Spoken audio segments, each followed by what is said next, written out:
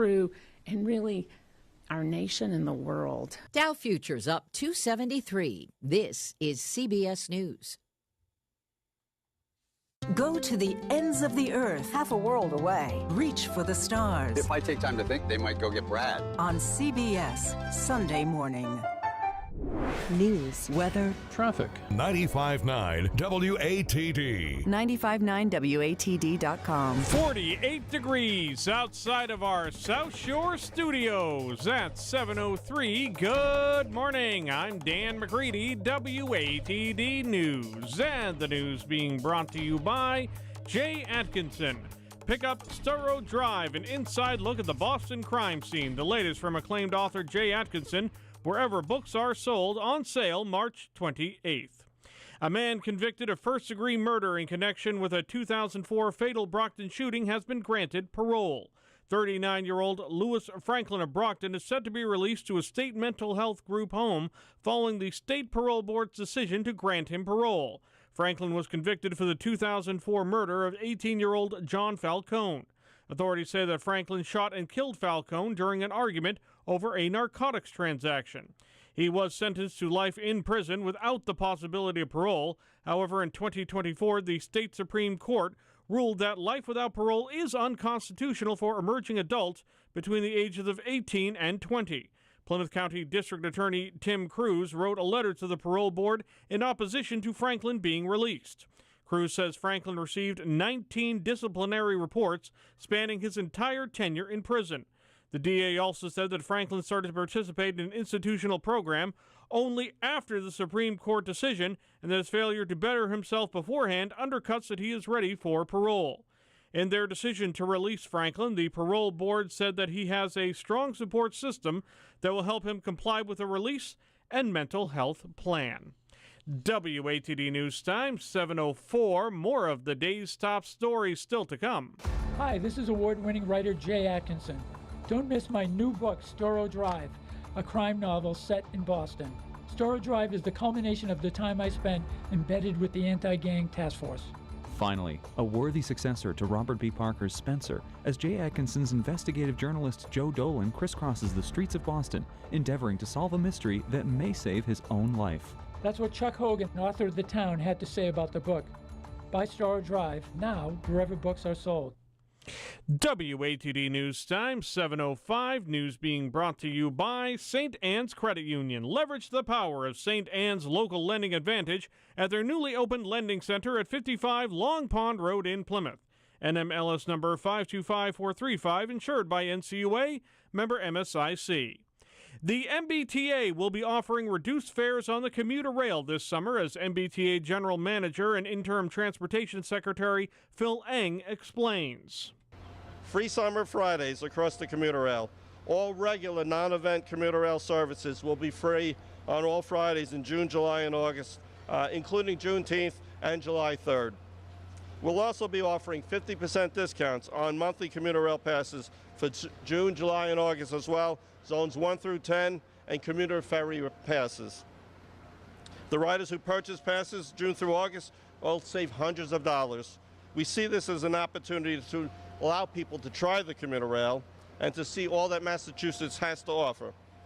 And then our monthly commuter rail pass holders get an expanded weekend zone access, meaning you could be in zone 2, but you'll be able to travel to zone 10. That'll be for the weekends, and that allows more freedom and more value for that monthly pass. And then lastly, if you're a monthly commuter rail pass holder, you can bring a companion on the weekends for $1, a summer companion pass.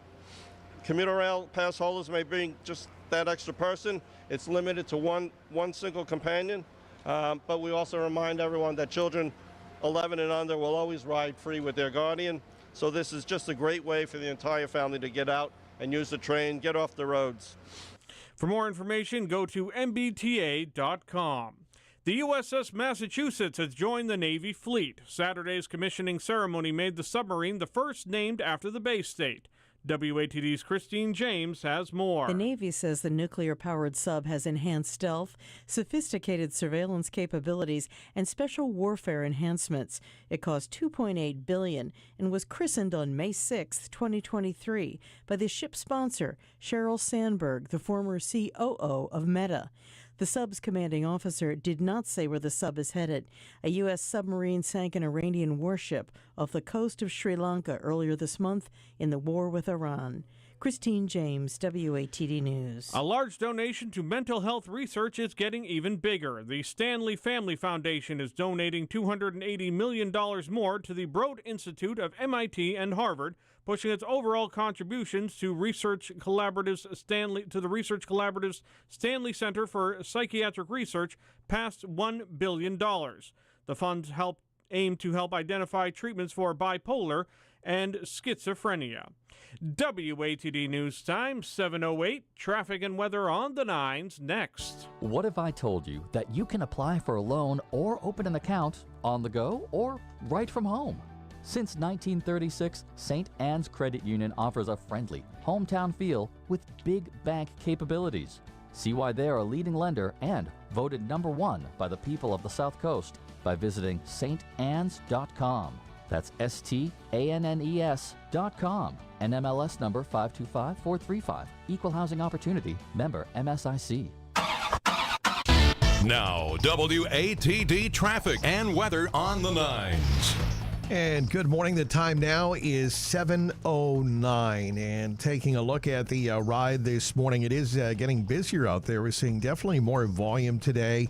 Also, wet roads won't help. We're seeing the delays on Route 3 northbound start after Derby Street in Hingham. So pretty busy on that top end as you make your way after Hingham up through Weymouth and Braintree. The expressway northbound, that's jammed right from the Braintree split up towards Andrews Square. The drive time now, Braintree to Boston, is about 32 minutes. 93, slow out of Braintree as you make your way past Ponkapog, and 138 continues to be heavy, 128 north from 95 to 109 in Dedham. 24 on the northbound side is slow, starting between Route 27 and Harrison Boulevard as you make your way up towards 93. Down the Cape, a little busy at the Sagamore. 25 east is slow at the Bourne. Traffic on the 9s every morning. Traffic emergencies when they happen on WATD. Now the updated South Shore weather. Nothing short of unsettled across Greater Boston, the Metro South, and the South Shore here for this Tuesday. We'll find scattered showers and thunderstorms. A rapid wind shift into the northeast will send temperatures tumbling. So by lunchtime, we should be close to 60 degrees, but by the time we drive home later this afternoon, we'll be closer to 40 with a wind shift, and we will find a substantial amount of rainfall as well between this morning and midnight. A solid 3/4 of an inch of rain is likely for Boston, and there will be more across portions of southeastern Massachusetts. Coming up for tonight, plan on additional showers, maybe an isolated thunderstorm, a mostly cloudy sky, an easterly breeze. Temperatures will be into the mid-40s.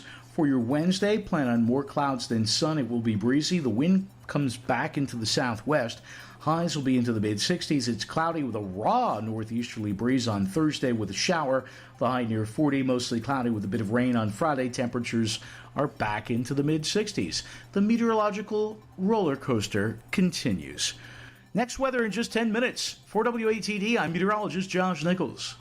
48 degrees at the weather station WATD. I'm Dan McCready at 7:11. The South Shore's morning news continues now on 95.9 WATD.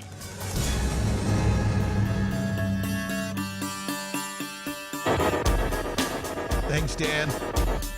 Hello, everybody. Good morning. This is South Shore's Morning News on your radio and on YouTube. We're on YouTube Live now. We've got our feed up, WATD Radio on YouTube. You can go and watch the show live or go back and watch some of your favorite guests. WATD Radio on YouTube. You can check us out, watch us live, and watch the videos we post up there. WATD Radio on YouTube. Great to have you along. I'm Rob Hakala with the morning team. Final day of March. It is the 31st, and today is the day we're going to be over at South Shore Diamond Exchange. So make sure you join me. It's the grand reopening of the South Shore Diamond Exchange at the North River Plaza I'll be over there in less than 4 hours now at 11 o'clock. Less than 4 hours. I'm counting down. 11 to 2, South Shore Diamond Exchange, the North River Plaza. If you were saying, wait a minute, didn't the South Shore Diamond Exchange have a going out of business sale? They did. The previous owner even had those trucks that would drive around with messages on them. I remember I was eating dinner one time in a restaurant, and the truck just kept going back and forth. I mean, it's maybe a little annoying, but it was effective. I certainly noticed it. The truck would drive around. It would have a little message on it. And a new owner, Mr. Hanush, has bought the South Shore Diamond Exchange, and he is reopening it. It's a brand new business with a new owner, a new family running it. And we're going to be over there to celebrate Pembroke Chamber. They're going to have a ribbon cutting. And join me 11 to 2. And while you're there, you can enter to win a pair of 2-carat diamond stud earrings today. 11 to 2, South Shore Diamond Exchange is at the North River Plaza, 125 Church Street in Pembroke. So come on down. We'd love to see you. March 31st, National Prom Day. Cherishing the memory of prom. I never went to prom. Said originally, here's some prom facts. Originally, a corsage was meant to be worn on a girl's waist. It was supposed to help keep couples from dancing too close. That's right, yeah. You want to go to the dance, but don't get too close, right? I know Dave Skill always used to talk about in Catholic schools, save room for the Holy Ghost, they would say. A typical American teen or their parents will spend about $1,500 on a prom, including new clothes, flowers, prom tickets, and sometimes transportation. 15% of American girls consider their prom as important as their wedding.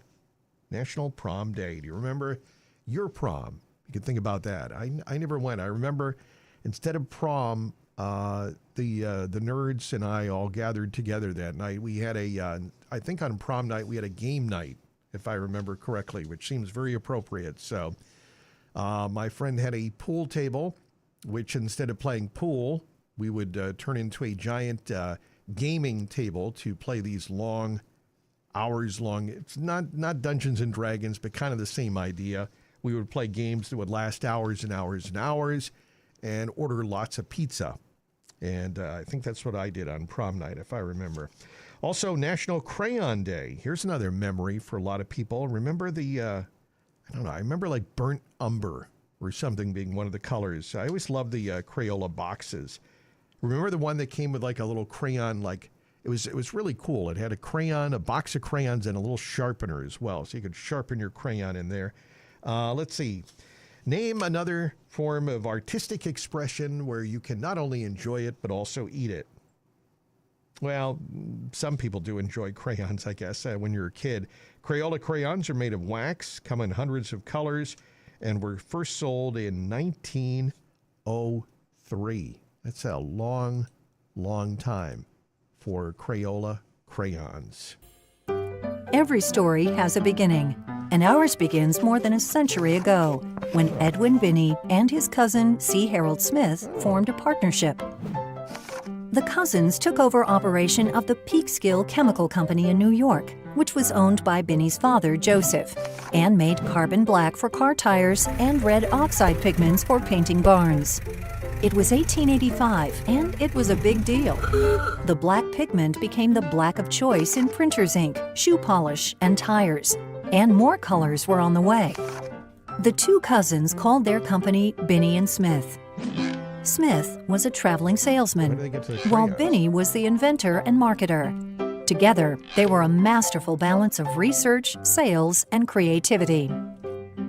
As a new millennium dawned, the company developed products at their recently purchased grist mill in Easton, Pennsylvania that changed classrooms across the country and made the world a more colorful place.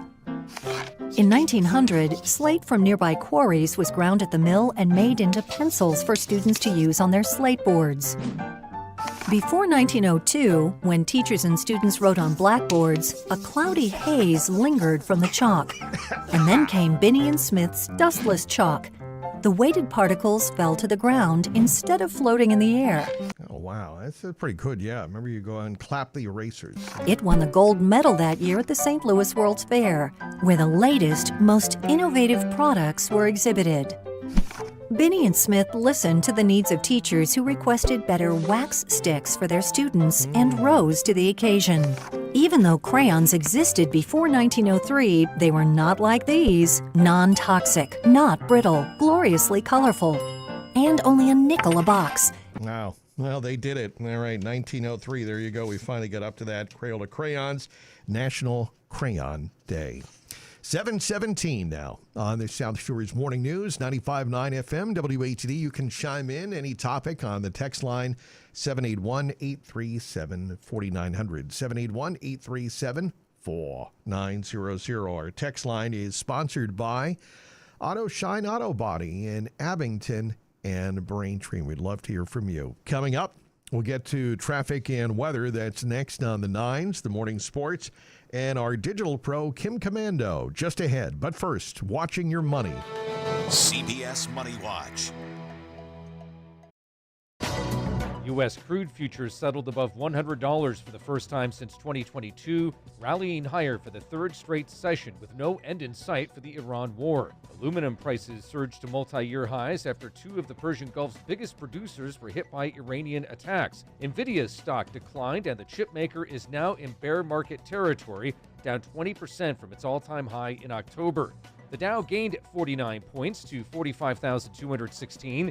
But the Nasdaq plummeted 153 points to 20,794, and the S&P dropped 25 points to 6343. I'm Jason Brooks.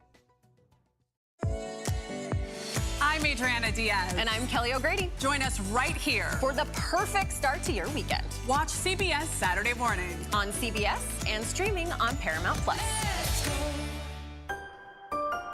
Business news on WATD, sponsored by King Optical. Choose from thousands of custom frames or get replacement lenses crafted for your favorite pair of glasses. You can clearly see why they've been in business for over 70 years. Visit kingoptical.net. Hi, I'm Janessa at King Optical. Are you living with the crushing pain of a migraine or constantly battling crippling light sensitivity? Tired of hiding in the dark? King Optical has a game-changing solution. We're proud to offer Avalux lenses, the first and only FDA-cleared lenses specifically for migraine patients.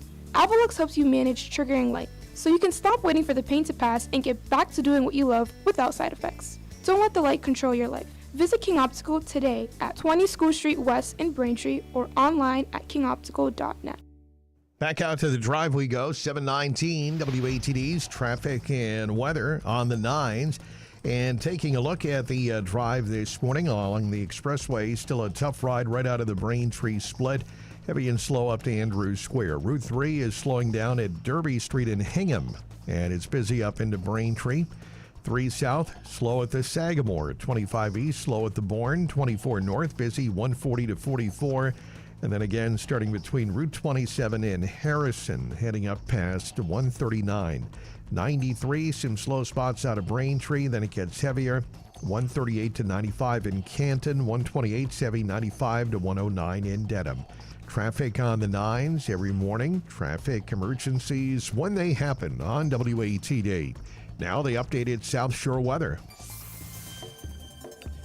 Meteorologist Josh Nichols with the South Shore's most accurate and dependable weather, and it's being sponsored by the Life Care Center of the South Shore. They're looking to hire full-time, part-time, and per diem nurses and nursing assistants for all shifts. Contact them directly or visit lifecarecareers.com. Nothing short of unsettled across Greater Boston, the Metro South, and the South Shore here for this Tuesday.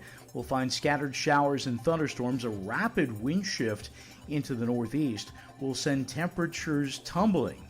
So by lunchtime, we should be close to 60 degrees, but by the time we drive home later this afternoon, we'll be closer to 40 with a wind shift, and we will find a substantial amount of rainfall as well. Between this morning and midnight, a solid 3/4 of an inch of rain is likely for Boston, and there will be more across portions of southeastern Massachusetts.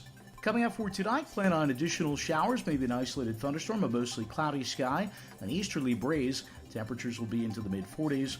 For your Wednesday, plan on more clouds than sun. It will be breezy. The wind comes back into the southwest.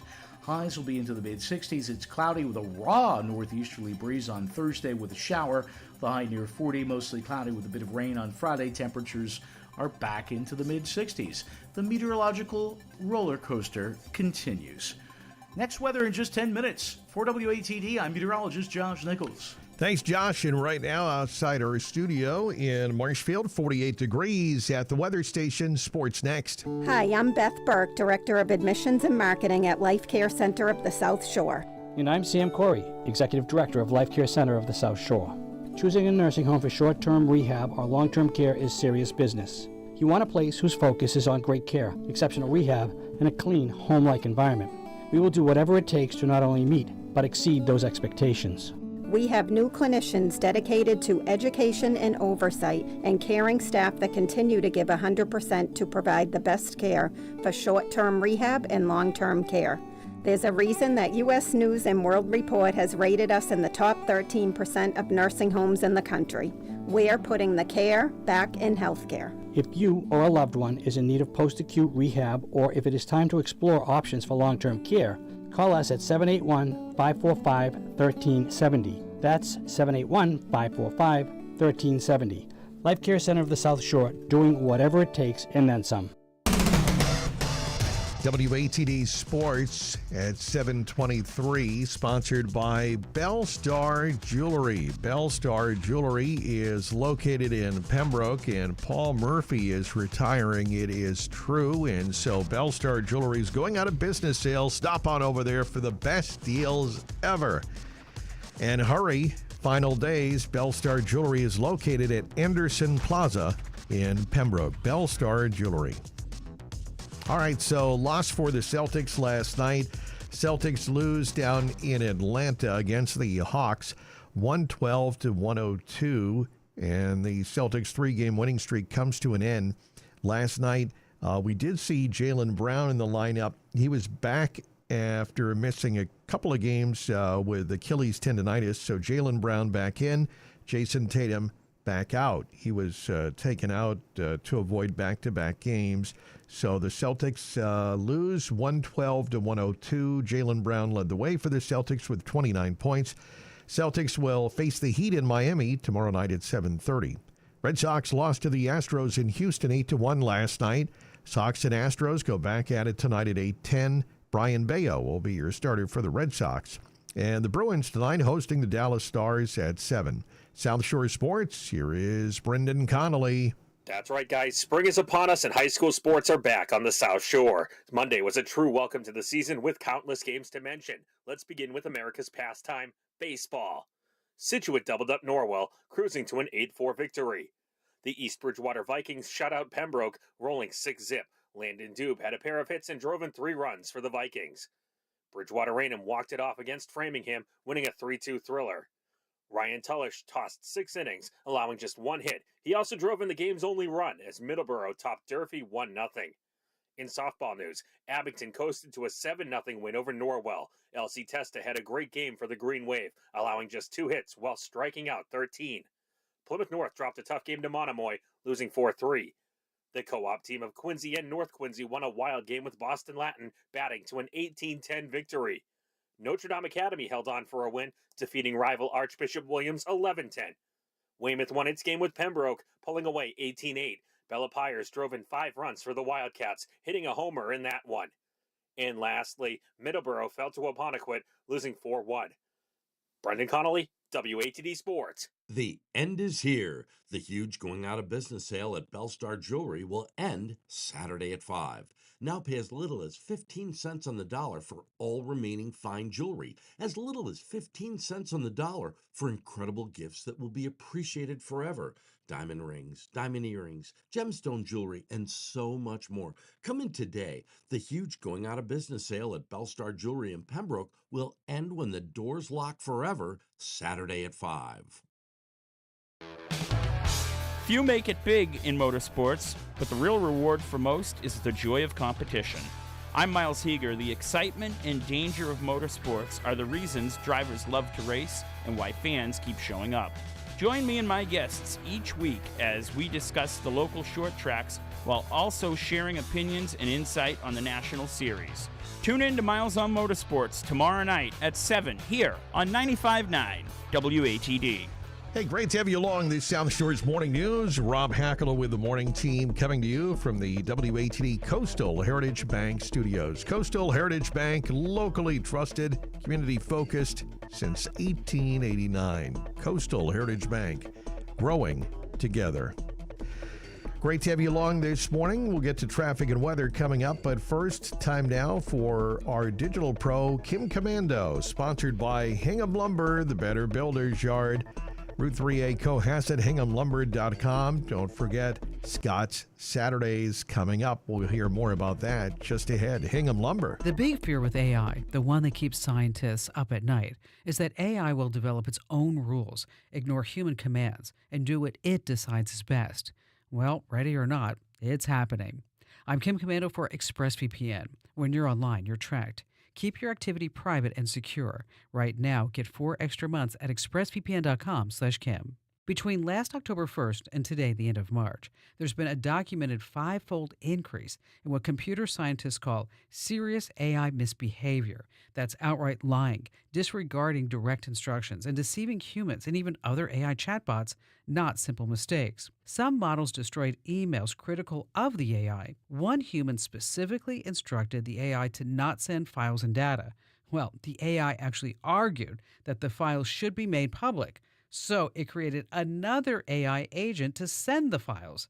This is no longer the stuff of science fiction. Get my free newsletter at getkim.com. Without proper care, your yard can quickly become a battle of grass versus weeds. Fortunately, there's no need for a turf war.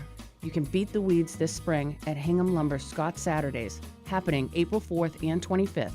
On these special Saturdays, you can speak directly with a Scott's lawn care expert who will be on site to answer your questions and help you get the most out of your lawn. Plus, take advantage of great savings on the Scott's 4-step lawn program. Want to get a head start today? Discover all of the April savings we have to offer on Scott's products, equipment tune-ups, and more by visiting our website, hinghamlumber.com, where you can view or download all of our April specials. We carry premium Scott's products you won't find at the big box stores, along with the expertise, equipment, and services to make your lawn a standout. Let's beat the weeds this spring. Stop by Hingham Lumber on Route 3A Cohasset for Scott's Saturdays on April 4th or 25th, or check out our spring specials today at hinghamlumber.com. Coming up, 7:30 news with Dan McCready, and next half hour, 3 times a week from 79 until 2025, he wrote a column on a sprawling range of topics for the Baltimore Sun. And he is originally, though, from East Bridgewater, and he is coming home for a one-man show. His name is Dan Rodricks, and we'll talk to him coming up after the 7:30 news about Wicked Good, a South Shore anthology. Traffic and weather, we update it every 10 minutes, and we're looking at delays on the expressway from Braintree up to Southampton Street. Route 3 is slow starting after Derby Street in Hingham up to the split. 24 north delays start before Harrison Boulevard in Avon. Route 3 southbound, but a mile delay at the Sagamore. 25 east is slow at the Bourne. South Shore weather. We're going to have cloudy skies, some showers, some downpours mixed in at times. 66, then tonight, more additional rain, a low 39. Tomorrow, mostly cloudy and a few passing showers. 65 tomorrow. 48 in Marshfield, 7:30. The South Shore's Morning News on 95.9 FM WATD. 48 degrees outside of our South Shore studios at 7:30. Good morning. I'm Dan McCready, WATD News. And the news being brought to you by Coastal Heritage Bank, community-focused, locally trusted since 1889. Coastal Heritage Bank, growing together. Member FDIC, member DIF. Criminal complaints have been filed against a man who authorities say shot at Brockton police. 44-year-old Jailson Andrade of Brockton is facing a host of charges, including 2 counts of assault to murder, assault and battery with a dangerous weapon, unlawful carrying of a firearm, receiving a firearm with a defaced serial number, discharging a firearm within 500 feet of a dwelling, and several motor vehicle violations. Plymouth County District Attorney Tim Cruz says that on Sunday morning at around 2:15, officers on patrol began pursuing a Lexus SUV. The vehicle spun out at the intersection of Moraine and Spring Streets. Authorities say the driver, identified as Andrade, got out and immediately began shooting over the roof of the SUV at the 2 police officers who exited their cruiser. Officers returned fire and struck Andrade in the shoulder. During the exchange of gunfire, a bullet pierced a home and grazed the arm of a 71-year-old man. Both Andrade and the man were taken to a local hospital for treatment. Police say they found a handgun on the ground near Andrade with an obliterated serial number. Andrade remains hospitalized and will be arraigned at a later date.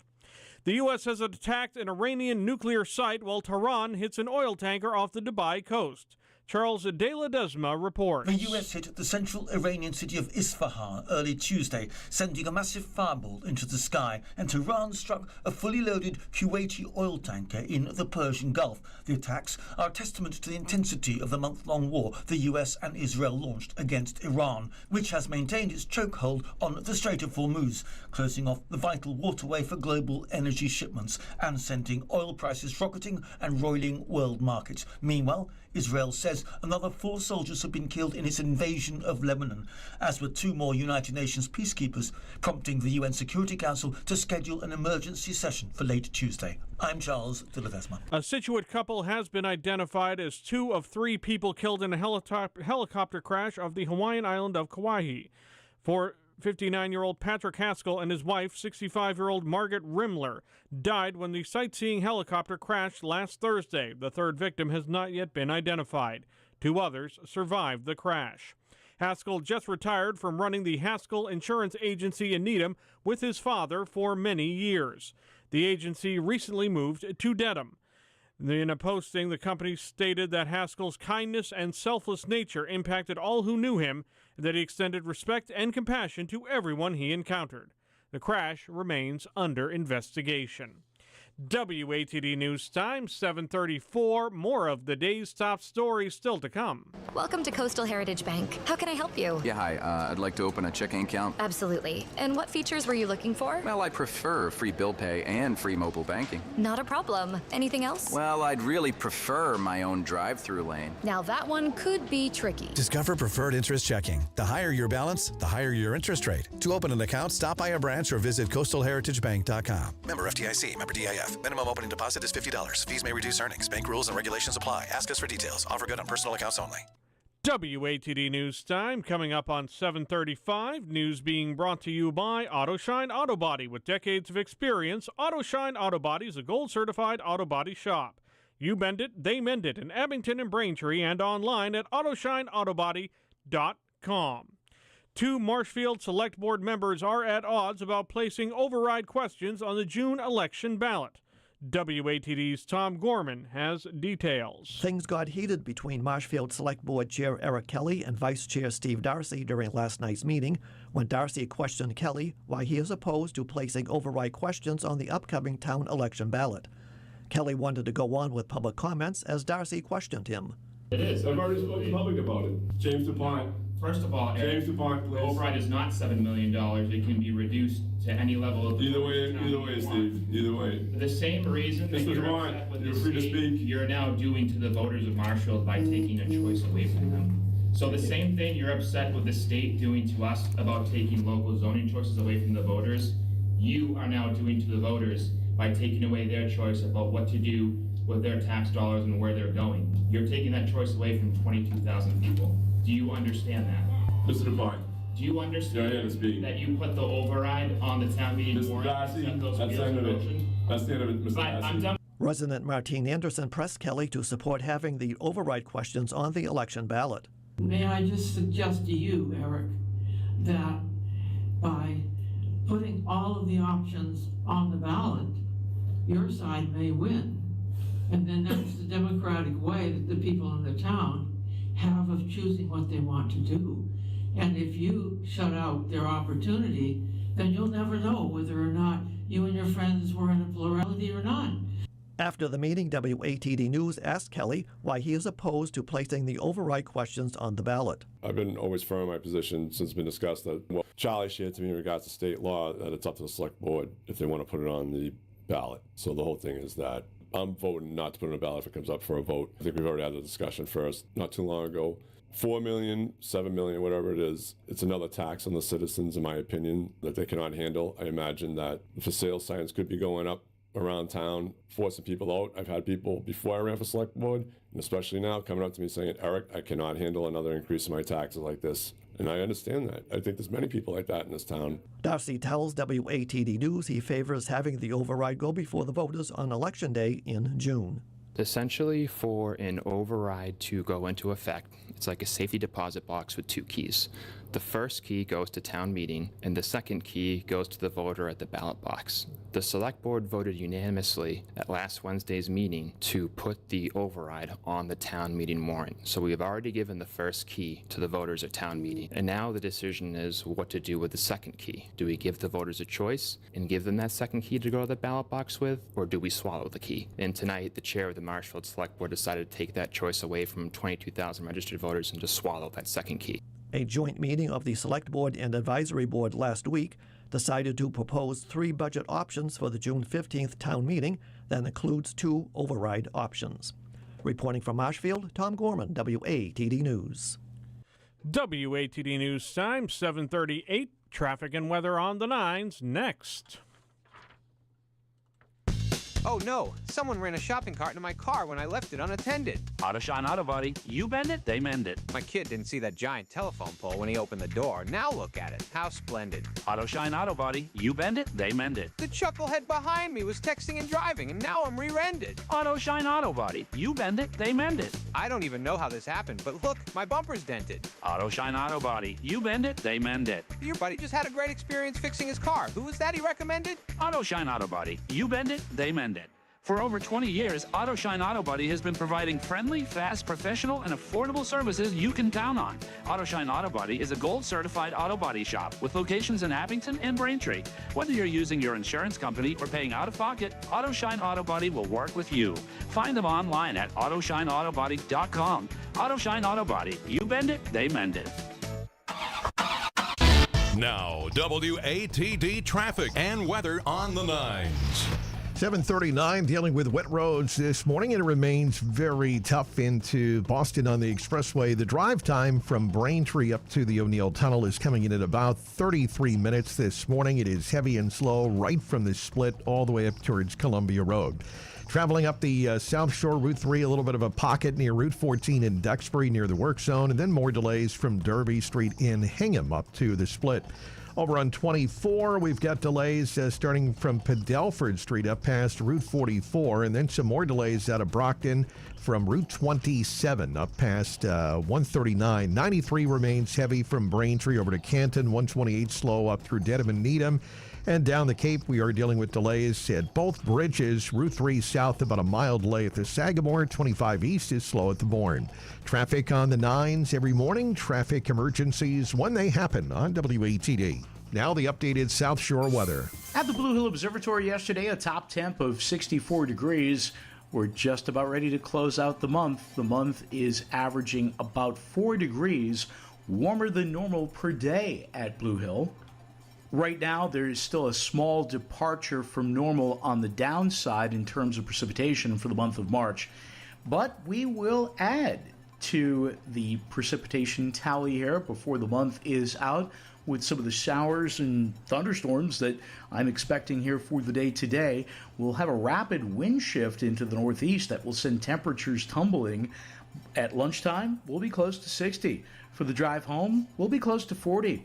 And we're talking about a substantial amount of rainfall here across Greater Boston, the Metro South, and the South Shore. A solid 3/4 of an inch of rain likely in Boston, more over parts of southeastern Massachusetts. For tonight, we'll see showers and isolated thunderstorm, plenty of clouds and easterly breeze. Overnight lows will be into the mid-40s. A southwesterly breeze will return on Wednesday with more clouds than sun, highs into the mid-60s. Cloudy with a raw northeast wind on Thursday with a shower, the high near 40. Friday's mostly cloudy with a bit of rain and highs in the mid-60s. Next weather in just 10 minutes. For WATD, I'm meteorologist Josh Nichols.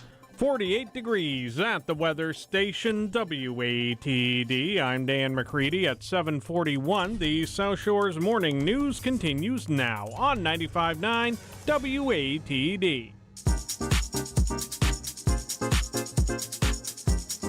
And a good Tuesday morning, Rob Hakala with the morning team. All right, my next guest 3 times a week From January 1979 until January 2025, he wrote a column on a sprawling range of topics for the Baltimore Sun.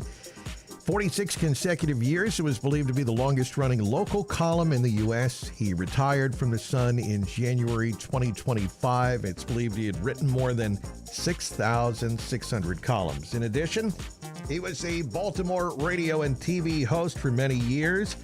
Well, Rob, why are you having him on your show? Well, I'll tell you, he is a native of East Bridgewater and a 1972 graduate of East Bridgewater High School. He's coming back.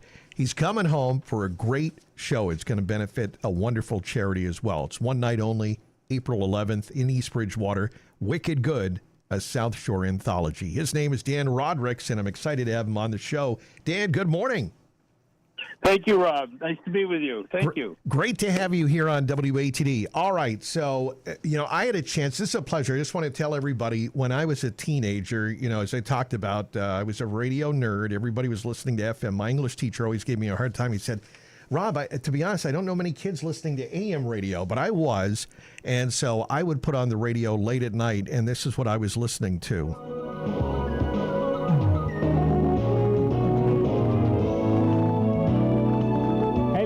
Hello. Good evening, everybody, and welcome to the radio program. This is Dan Rodricks at Radio 11 WBAL, welcoming you all to the special edition of our show tonight. All right, Dan Rodricks. Oh my goodness. Oh, my goodness. I had to go back to the cassette tapes and see if I could find it when I found out I could get you on the show. So that was the show. That's the only way you could listen to stations far away. There wasn't streaming. That's amazing that you remember that, Rob. I'm so impressed that WBAL had 50,000 watts, well, it still does. And at night, I had the 8 to 11 p.m. show when the general manager was home and wasn't listening. we had a great time, and the signal would change at night and shoot up north. So I used to get calls from people in Massachusetts. They'd call into the show, or sometimes up in Canada even.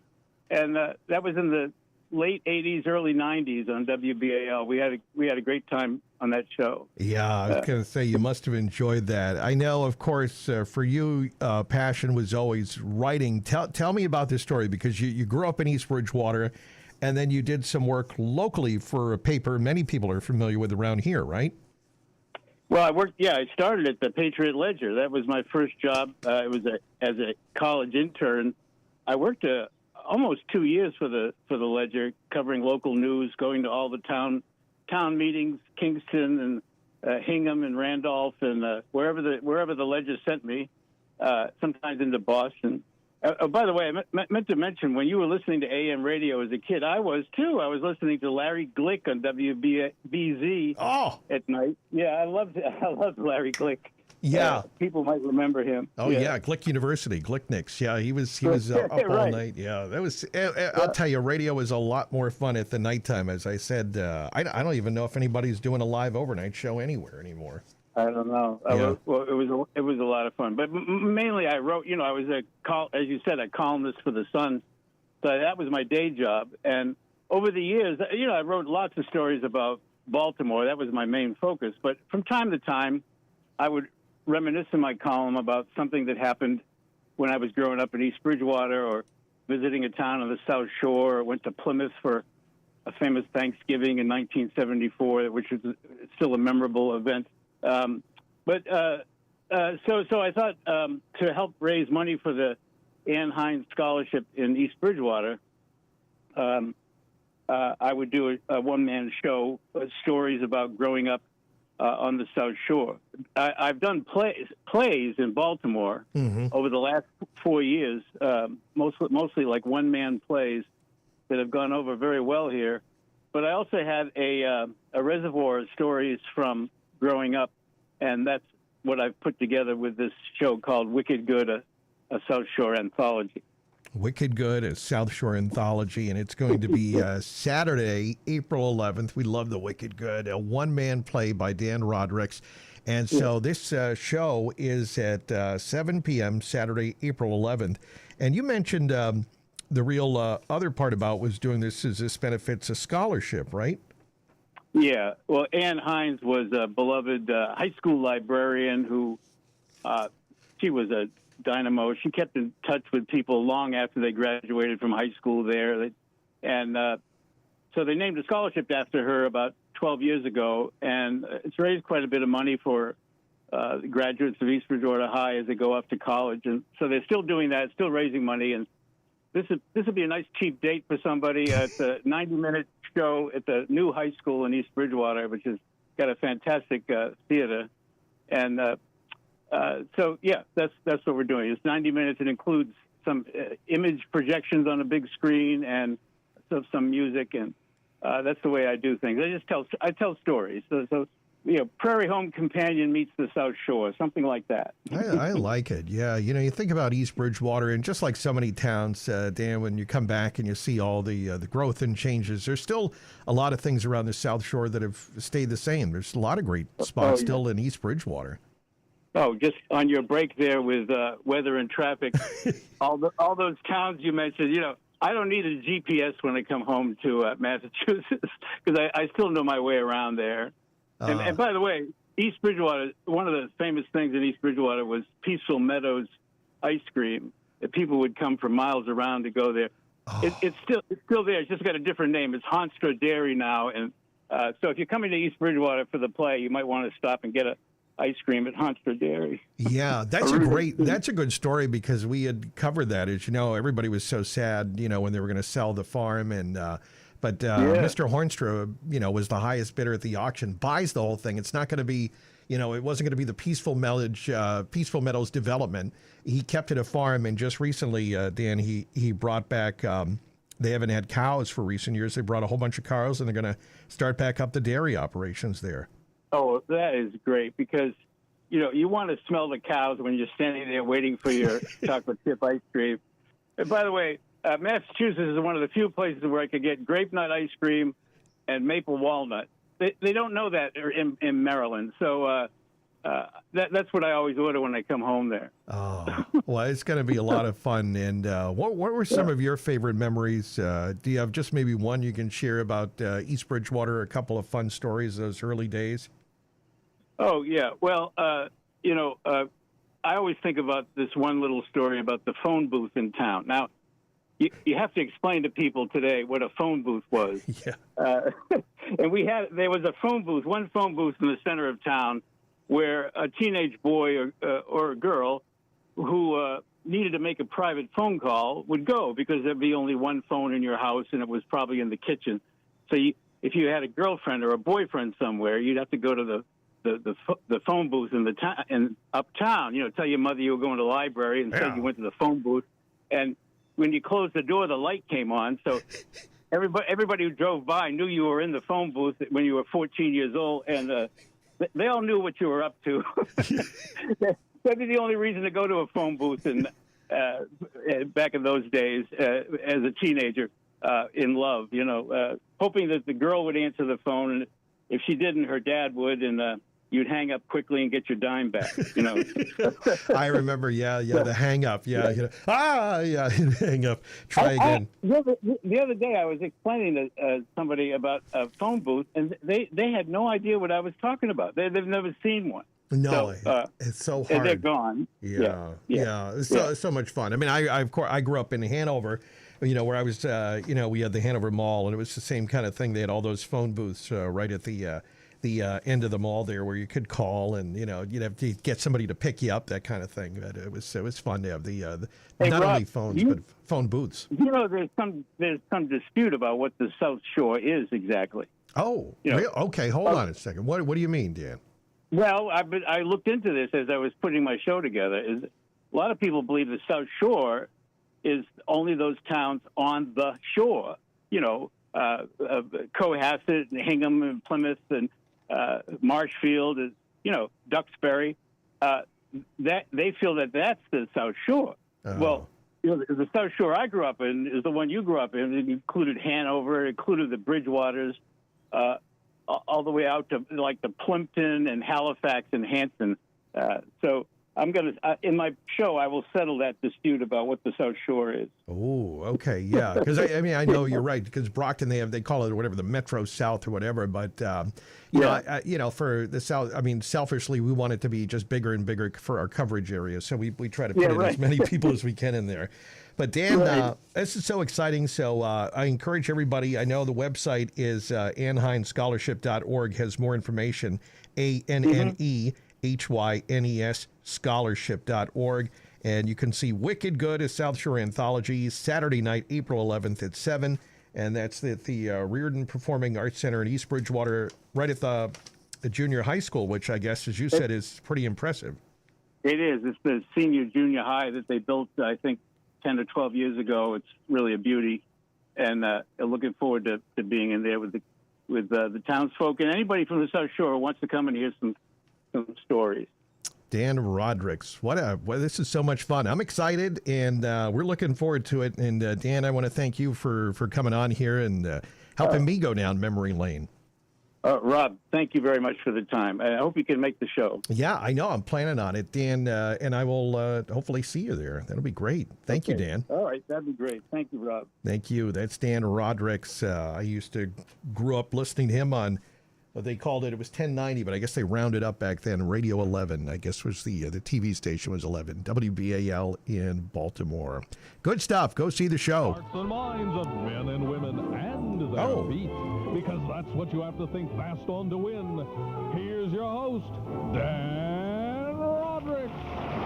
Thank you, Jim Bigwood. Yes, tonight we're probing the hearts and minds and feet of kids 15 and younger. It's the juniors edition of 21 Questions. 467 WBAL. Good stuff. All right, here we go. It is traffic and weather. We are a little bit late. Let's get right out to the roadways. We've got a crash coming in 128 North. It's in the breakdown lane before East Street in Westwood. Traffic is jammed on 93 from Braintree all the way to 128 Route 3. Heavy Derby Street up to the split. The expressway is jammed Braintree up to Columbia Road. 24 is slow starting at Route 27. And big delays on 44 this morning, both ways at 105 in Middleborough, and again westbound approaching the Middleborough Rotary. We've got delays 3 south, a mile and a half at the Sagamore, 25 east, slow at the Bourne. South Shore weather. Sponsored by InstaBright. Keep your property looking like it should with InstaBright's home exterior washing services. Visit instabright.com, instabrite.com. Nothing short of unsettled across Greater Boston, the Metro South, and the South Shore here for this Tuesday. We'll find scattered showers and thunderstorms. A rapid wind shift into the northeast will send temperatures tumbling. So by lunchtime, we should be close to 60 degrees, but by the time we drive home later this afternoon, we'll be closer to 40 with a wind shift, and we will find a substantial amount of rainfall as well. Between this morning and midnight, a solid 3/4 of an inch of rain is likely for Boston, and there will be more across portions of southeastern Massachusetts. Coming up for tonight, plan on additional showers, maybe an isolated thunderstorm, a mostly cloudy sky, an easterly breeze. Temperatures will be into the mid-40s. For your Wednesday, plan on more clouds than sun. It will be breezy. The wind comes back into the southwest. Highs will be into the mid-60s. It's cloudy with a raw northeasterly breeze on Thursday with a shower. The high near 40, mostly cloudy with a bit of rain on Friday. Temperatures are back into the mid-60s. The meteorological roller coaster continues. Next weather in just 10 minutes. For WATD, I'm meteorologist Josh Nichols. Thanks, Josh. And right now, outside our studio 48 in Marshfield. Sports next. Hey, home and condo owners.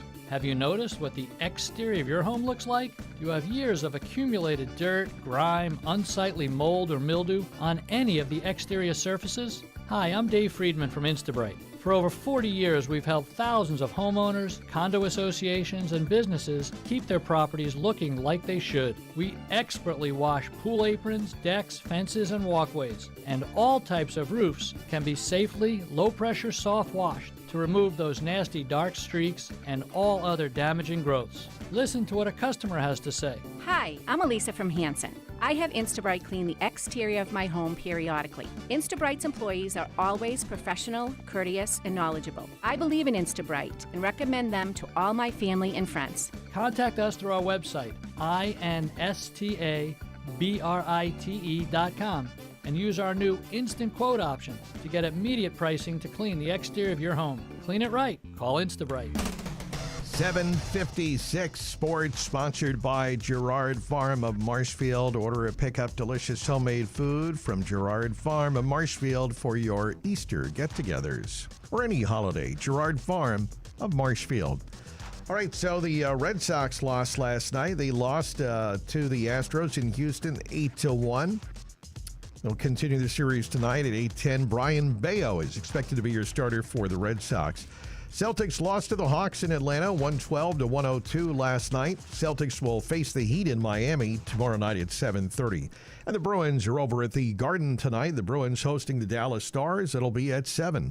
Easter is full of traditions, including ordering your old-fashioned, hassle-free Easter dinner from Girard Farm of Marshfield. A hot honey-glazed spiral-cut ham, a baked ham, or any size roasted stuffed turkey with gravy. There's a variety of sides to choose from, like real mashed potatoes, butternut squash, baked beans, or macaroni and cheddar cheese. Pick up an apple or pumpkin pie for dessert. Girard Farm also offers a complete hot turkey dinner or complete hot ham dinner to accommodate your family's needs. To see more options, visit GirardTurkeyFarm.com. Make your Easter meal a memorable one. Call 781-834-7682 or just stop by to place your order. Easter weekend hours are Saturday 10 a.m. to 6 p.m. and Sunday 10 a.m. to 1 p.m. Girard Farm, Route 139 in Marshfield, just 1 mile beyond the police station. Visit Girard Farm online at GirardTurkeyFarm.com. That's GERARD Turkeyfarm.com. And don't forget to like them on Facebook. All right, 8 o'clock news is coming up from CBS. We're hearing that Secretary of Defense Pete Hegseth and the chair of the Joint Chiefs of Staff, General Dan Kane, will have a Pentagon briefing soon. Perhaps more on what's going on in Iran. We'll get more on that. Plus, gas prices continue to rise. More on that with CBS at 8. Dan at local news at 8:03. And we'll have our tech guy, David Snell, right after the news. Hey, a reminder, today is the day. Join me 11 a.m. to 2 with the grand reopening of the South Shore Diamond Exchange at the North River Plaza, Route 139 in Pembroke. Come on down, and while you're there, you can enter to win a pair of 2-carat diamond stud earrings. That's today, March 31st, 11 to 2, South Shore Diamond Exchange, North River Plaza, 125 Church Street in Pembroke. 7:59, traffic and weather in the 9s. Northbound Expressway remains jammed from Braintree up to Andrews Square. Route 3 north is slow, Derby Street up to the Split. 3 south is slow, about a mile back up at the Sagamore Bridge. 25 east is slow at the Bourne. 24 is pockets, Padelford Street to 44. And we have a crash, 128 north before East Street. South Shore weather for today. Occasional showers, rain, some downpours mixed in, a high 66. More rain tonight, a low 39. 48 now. This is the South Shore's radio station, WATD FM Marshfield. This is CBS News on the Hour, your home for original reporting. I'm Deborah Rodriguez, and we begin at the pump. We've hit a new Iran wartime high for gas prices in the U.S. AAA pegs the price of a gallon of regular at $4.02. Prices were last above $4 in the summer of 2002 after Russia invaded Ukraine. The surge in prices is having a huge impact on small businesses like Miss Bertha's Floral Shop in Minneapolis, which was offering free deliveries. But now with the price going up, it's just not likely that we can offer that anymore. Owner Kara Dalton says if gas prices don't come down soon, I don't know if my business will still be here in 5 years. Michael Wallace, CBS News. Overnight, U.S. strikes hit Isfahan, home to one of Iran's main nuclear sites. It's also believed to store enriched uranium that can be used to make nuclear weapons. Iran has been targeting Israeli cities. Correspondent Holly Williams reports from Bnei Brak. Nobody asked us, are you ready for a war? Are you ready for a change? Last night, we spoke with a resident of Tehran, Iran's capital. He told us many Iranians who despise the regime have now given up hope that the war will help topple it. They are ready at any cost to stay in power. A scare on a Delta flight from Brazil to Atlanta. Passenger video shows flames shooting from one of the plane's engines just after takeoff from the airport in Sao Paulo. The footage shows parts of the engine falling off. According to FlightAware, the plane returned about 45 minutes later. Delta blames a mechanical issue. No one was injured. Wait times at U.S. airports are improving after TSA officers began receiving their first paychecks in more than a month.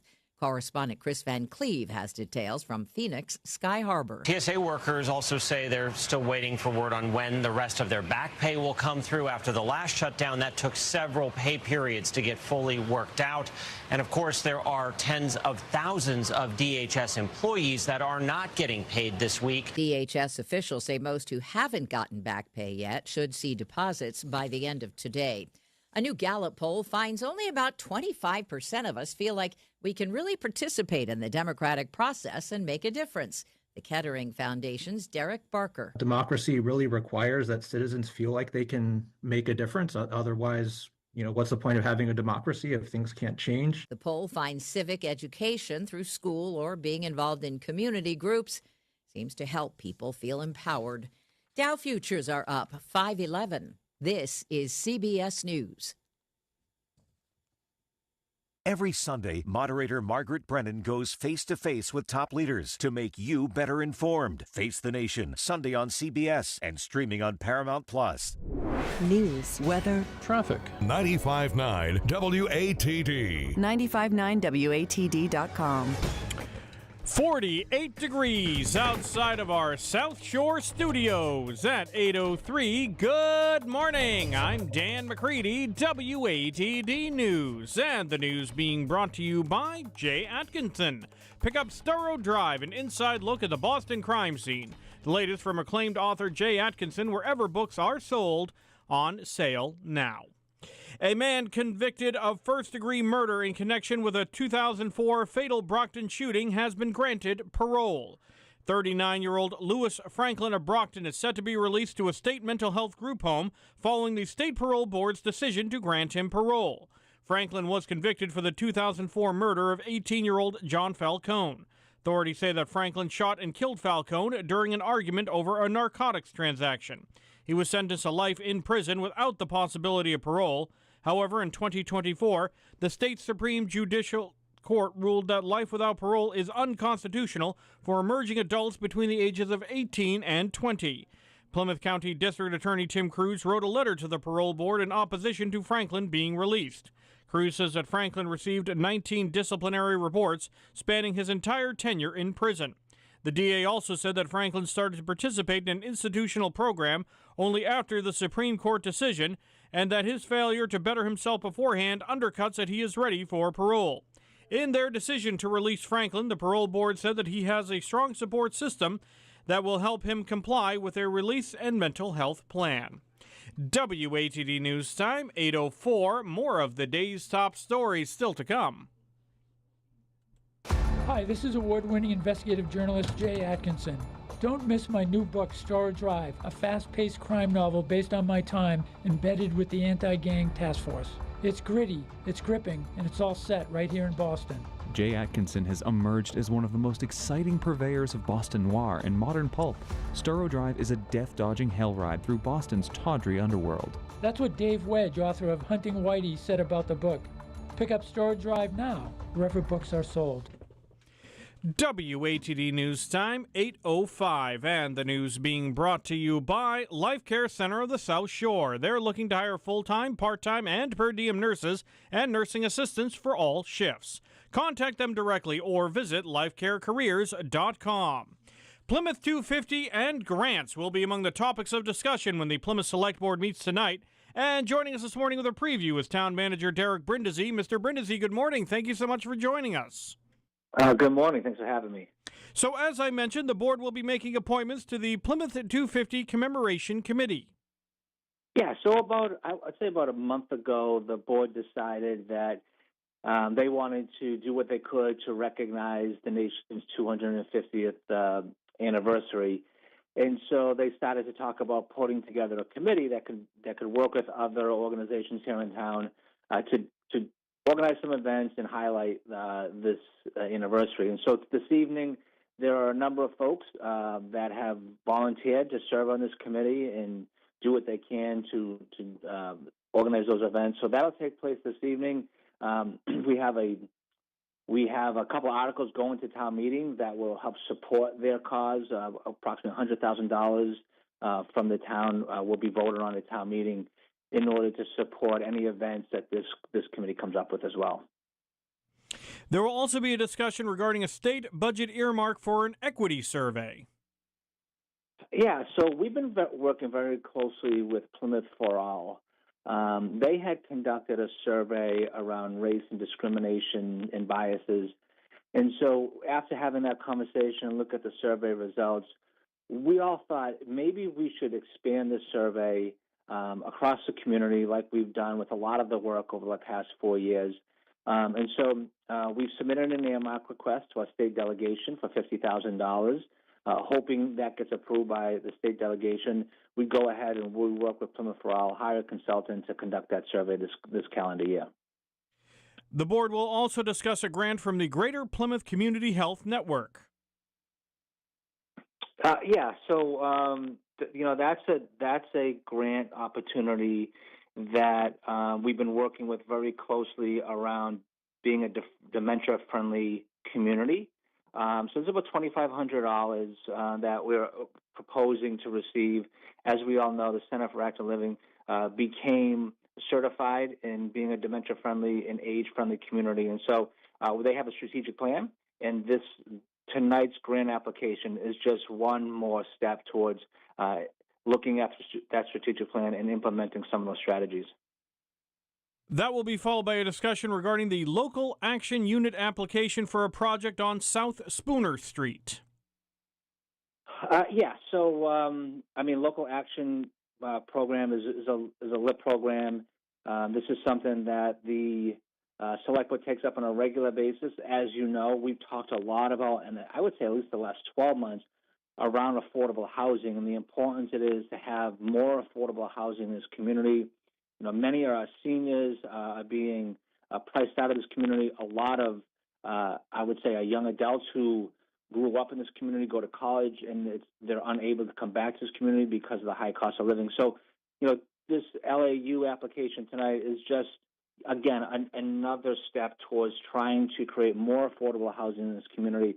And I would imagine that this year we're going to see that this is going to be one of the main priorities coming out of the Select Board's agenda this year. Well, tonight's Select Board meeting will begin at 6 o'clock, and that'll be at Plymouth Town Hall. Well, thank you so much for joining us this morning. We do appreciate it. Great. Thanks so much. Traffic and weather next. Hi, I'm Beth Burke, Director of Admissions and Marketing at Life Care Center of the South Shore. And I'm Sam Corey, Executive Director of Life Care Center of the South Shore. Choosing a nursing home for short-term rehab or long-term care is serious business. You want a place whose focus is on great care, exceptional rehab, and a clean, home-like environment. We will do whatever it takes to not only meet, but exceed those expectations. Should you need to go to a skilled nursing and rehab center after a hospital stay, Life Care Center of the South Shore is here for you. Our trusted care team has helped thousands of folks get better and back home quickly and safely after a hospital stay. So if inpatient short-term rehab is for you, use your voice and make the right choice. Tell your doctor or hospital you choose Life Care Center of the South Shore. Please call me, Beth Burke, at 781-545-1370 to schedule a private consult or tour today. Now, WATD traffic and weather on the 9s. And good morning. The time now is just past 8:09, and we're looking at delays still on the expressway. Northbound is jammed from Braintree all the way up towards Andrew Square. That's a 36-minute drive time end to end. Wet roads not helping. Southbound expressway, 18 minutes, Boston down to Braintree. Picked up a left lane crash southbound at Furnace Brook. Now, Route 3 on the northbound side, you got some pockets and spots, but it looks like the heaviest is now Route 18 up to the split. A little bit of a pocket actually northbound as well. Looks like around the River Street overpass in Norwell. Southbound we had a pocket at Route 14 in Duxbury, and then it was slow for about 1.25 miles at the Sagamore Bridge. 25 east slow at the Bourne. Scenic Highway is slow, heading over to the Sagamore, about a mile delay there. 24 is slow out of Avon up to 93, and 93 is still tough from Braintree over to Canton. That continues on to 128 through Dedham and Needham. Traffic on the 9s every morning, traffic emergencies when they happen on WATD. Now the updated South Shore weather. Nothing short of unsettled across Greater Boston, the Metro South, and the South Shore here for this Tuesday. We'll find scattered showers and thunderstorms. A rapid wind shift into the northeast will send temperatures tumbling. So by lunchtime, we should be close to 60 degrees, but by the time we drive home later this afternoon, we'll be closer to 40 with a wind shift, and we will find a substantial amount of rainfall as well between this morning and midnight. A solid 3/4 of an inch of rain is likely for Boston, and there will be more across portions of southeastern Massachusetts. Coming up for tonight, plan on additional showers, maybe an isolated thunderstorm, a mostly cloudy sky, an easterly breeze. Temperatures will be into the mid-40s. For your Wednesday, plan on more clouds than sun. It will be breezy. The wind comes back into the southwest.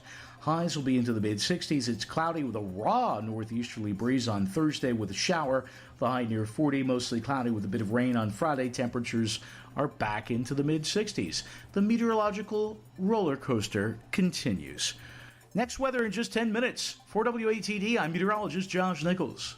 48 degrees at the weather station WATD. I'm Dan McCready at 8:13. The South Shore's Morning News continues now on 95.9 WATD.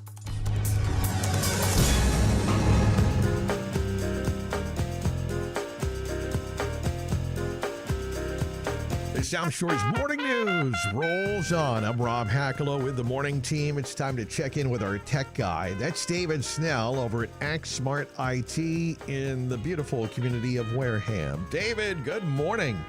Good morning to you, Rob. All right, so let me see here. You got my attention here because you sent me the 3 letters. FCC. Oh, I know all about that from being a little radio nerd. The Federal Communications Commission. Okay. What are they doing here? Well, last week while we were chatting, they went and banned the sale of new consumer-grade Wi-Fi routers that are manufactured outside of the U.S. Okay. So it says some people hear that, they're not going to think too much about it, but you need to think that it's almost every Wi-Fi router that's in production today. Okay? Mm-hmm. So there's only one router that's made on this continent, and that's one by Elon Musk's company, Starlink. Oh, okay. So there's not like a lot of router factories around, you're saying? All overseas because it's inexpensive to have them made. Yeah. But that's the problem, because with those routers, malicious actors have exploited security gaps in them and have attacked us here, disrupted networks, enabled espionage, and even facilitated intellectual property theft. So they're trying to curb that by not allowing the routers to be sold. My concern with that is that, yeah, that's a great idea. Let's get the router manufacturers a little more security conscious. Mm-hmm. But the problem is there's millions of those routers in the country that we can all continue to use. And they're going to be around for a while. I'm not sure what the given shelf life of a router is, but chances are... It's about 9 years. Oh, okay. All right, so people are going to be holding on to them. Okay, so, I mean, so it makes sense, but obviously if you just say that and if you only have one company that does it, that's not fair. Correct. So it's almost every router, that, and the common names, the consumer brands that we all know would be Netgear, D-Link, TP-Link, even Amazon's Eero. Mm-hmm. And the Google Nest, too, is all of those. All right, so any router... now, wait. Any router that's not made by Starlink is considered to be a security concern for everybody. Okay. I don't think I have anything by Starlink, so I guess I would fall into that category. I suspect many of the listeners out there this morning also would fall into that category, so... That would mean our routers are Trojan horse, just waiting to destroy us, or are they susceptible? Good analogy, the Trojan horse. So it's in our homes now. Yeah. But realize this is only consumer grade routers as well. It's not talking about commercial firewalls and devices like that. These are the routers that we buy at, let's say, Best Buy or Staples or wherever we buy them. We take them home, we plug them in, and we've talked about this before. We never do anything about the setup. We just hope it works. Just come. We plug it in, and when the thing breaks, we throw it out and get another one. Right. So, no, none of us, for the most part, will do anything security-wise with the devices that we have in our home, because if it's working, you don't want to break anything. Mm-hmm. Now, could the routers be retrofitted? Could you get something to hook up to the router, or does that not make sense? Well, one of the things that folks would need to do, and it's not going to be an easy task for them, they're going to need to do a little bit of research, but they should do the security updates that are available from the manufacturers on the router that they own, because it doesn't happen automatically, ever. So if you've had a router for 6 or 8 or 9 years, it's never been updated. Okay. So you can somehow find that out if you do the research, or you can figure it out? You can figure it out by going to, in most cases, the manufacturer's website with the model number of your router, and there will be firmware and security updates that you can download and simply install. It's not way over the top for people to do this. It's just a matter of we have to take the time to do it. That will help keep them a little more secure these days until they become end of life and we buy something that's been made on this continent or they've been approved by the FCC. Now, is this something that can stand up? Do you think there'll be legal challenges to this type of ruling? Absolutely. There are legal challenges for everything. So I'm sure that's going to happen. That's true, yeah. There are plenty of lawyers just available. Press button, lawyer comes. And so, yeah, because I mean, I can see the security concerns. And like you said, it's a good idea. But, is it practical? Does it make sense? And let me ask you, I'll just throw this out. The router I can see, but could this eventually be anything that's made overseas? Could potentially, your appliance, or some other piece of technology that could somehow get your information. Great thought, Rob. A refrigerator that's made overseas that communicates on the internet, and, and maybe perhaps has not been checked by the FCC. How do you know it's not hiding in the refrigerator or your car? I don't know where it ends. I mean, I'm sure that's great for manufacturing at home to have that argument, but I don't know if you could stop everything. I don't know that you can, unless it continues to get more stringent and stricter for offshore manufacturers to be approved in this country, by this country, before it's allowed to be sold. Okay. Well, when it comes to the routers, then what are you advising people to do? It's just what we just talked about. They should attempt to do the update of the firmware and security updates available to the distinctive router, and if they can't do that, find someone who can do that for them. You're protecting yourself, but you're also protecting everybody else around you, because once they get into some routers or start actually attacking some, it's a never-ending cascade of attacks. Oh, boy. All right. Well, some important stuff to think about, and David's got the resources in his blog. He's got links to information that you need to know about foreign-made routers, a national security threat. And David, you've got information for people to read, right? I do. Up on my blog at xsmartit.com. You can get the list of the routers, but don't even worry about that, because if it's not a Starlink router, you're effective. So. Oh, boy. Yikes. All right. Well, check it out, xsmartit.com. Thank you, David. Thanks, Rob. Take care. xsmartit.com. All right, just past 8:19. Let's get back out to the roads. WATD's traffic and weather. We update it every 10 minutes. And we've got a crash left lane on the expressway southbound at Furnace Brook back to East Milton. The northbound expressway is filled in from Braintree up to Southampton Street. Route 3 is busy on the top end, mainly through Braintree now. Southbound is slow, about 3/4 of a mile at the Sagamore. 25 east slow at the Bourne. 24 busy near 140, and again out of Avon up to 93. 93 northbound is slow, 28 to the expressway. 93 south is slow, Braintree over to Canton, and 128's heavy up through Dedham and Needham. Traffic on the 9s every morning. Traffic emergencies when they happen on WATD. Now the updated South Shore weather. And let me just get you a quick update here. There is a new crash that came in on the Cape. It was Route 6, let me see, in Barnstable. 6 West near 149. 6 West at 149 in Barnstable, a crash. Now let's get the update on the weather, sponsored by Instabright. Keep your property looking like it should with Instabright's home exterior washing services. Visit Instabright.com. Insta, B-R-I-T-E.com. Clean it right. Call Instabright. Nothing short of unsettled across Greater Boston, the Metro South, and the South Shore here for this Tuesday. We'll find scattered showers and thunderstorms. A rapid wind shift into the northeast will send temperatures tumbling. So by lunchtime, we should be close to 60 degrees, but by the time we drive home later this afternoon, we'll be closer to 40 with a wind shift, and we will find a substantial amount of rainfall as well. Between this morning and midnight, a solid 3/4 of an inch of rain is likely for Boston, and there will be more across portions of southeastern Massachusetts. Coming up for tonight, plan on additional showers, maybe an isolated thunderstorm, a mostly cloudy sky, an easterly breeze. Temperatures will be into the mid-40s. For your Wednesday, plan on more clouds than sun. It will be breezy. The wind comes back into the southwest. Highs will be into the mid-60s. It's cloudy with a raw northeasterly breeze on Thursday with a shower. The high near 40, mostly cloudy with a bit of rain on Friday. Temperatures are back into the mid-60s. The meteorological roller coaster continues. Next weather in just 10 minutes. For WATD, I'm meteorologist Josh Nichols. Thanks, Josh. And right now, outside our studio, we're at 49 in Marshfield at the weather station. WATD Sports next. Hey, home and condo owners.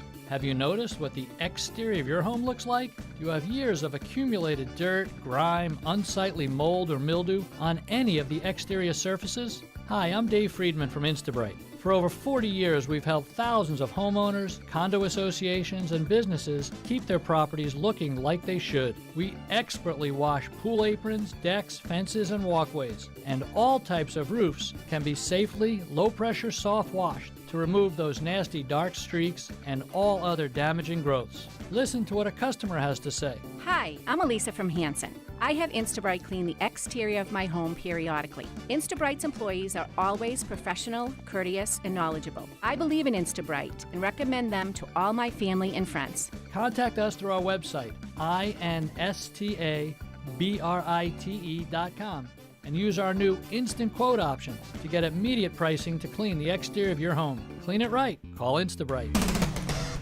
824 WATD Sports, sponsored by South Shore Gutter Monkeys. Experience exceptional care for your home with professional gutter cleaning, repair, and installation services. Contact South Shore Gutter Monkeys for a free estimate today. Loss for the Celtics last night. Celtics lose to the Atlanta Hawks 112-102. Jaylen Brown led the way with 29 points. Jason Tatum sat out to avoid back-to-back games. Celtics will face the Heat in Miami tomorrow night at 7:30. Sox lost to the Astros 8-1 in Houston. Sox and Astros tonight at 8:10 with Brian Bayo expected to start for the Sox. And the Bruins will host the Dallas Stars tonight at 7 at the Garden. South Shore Sports, and let's check in with Brendan.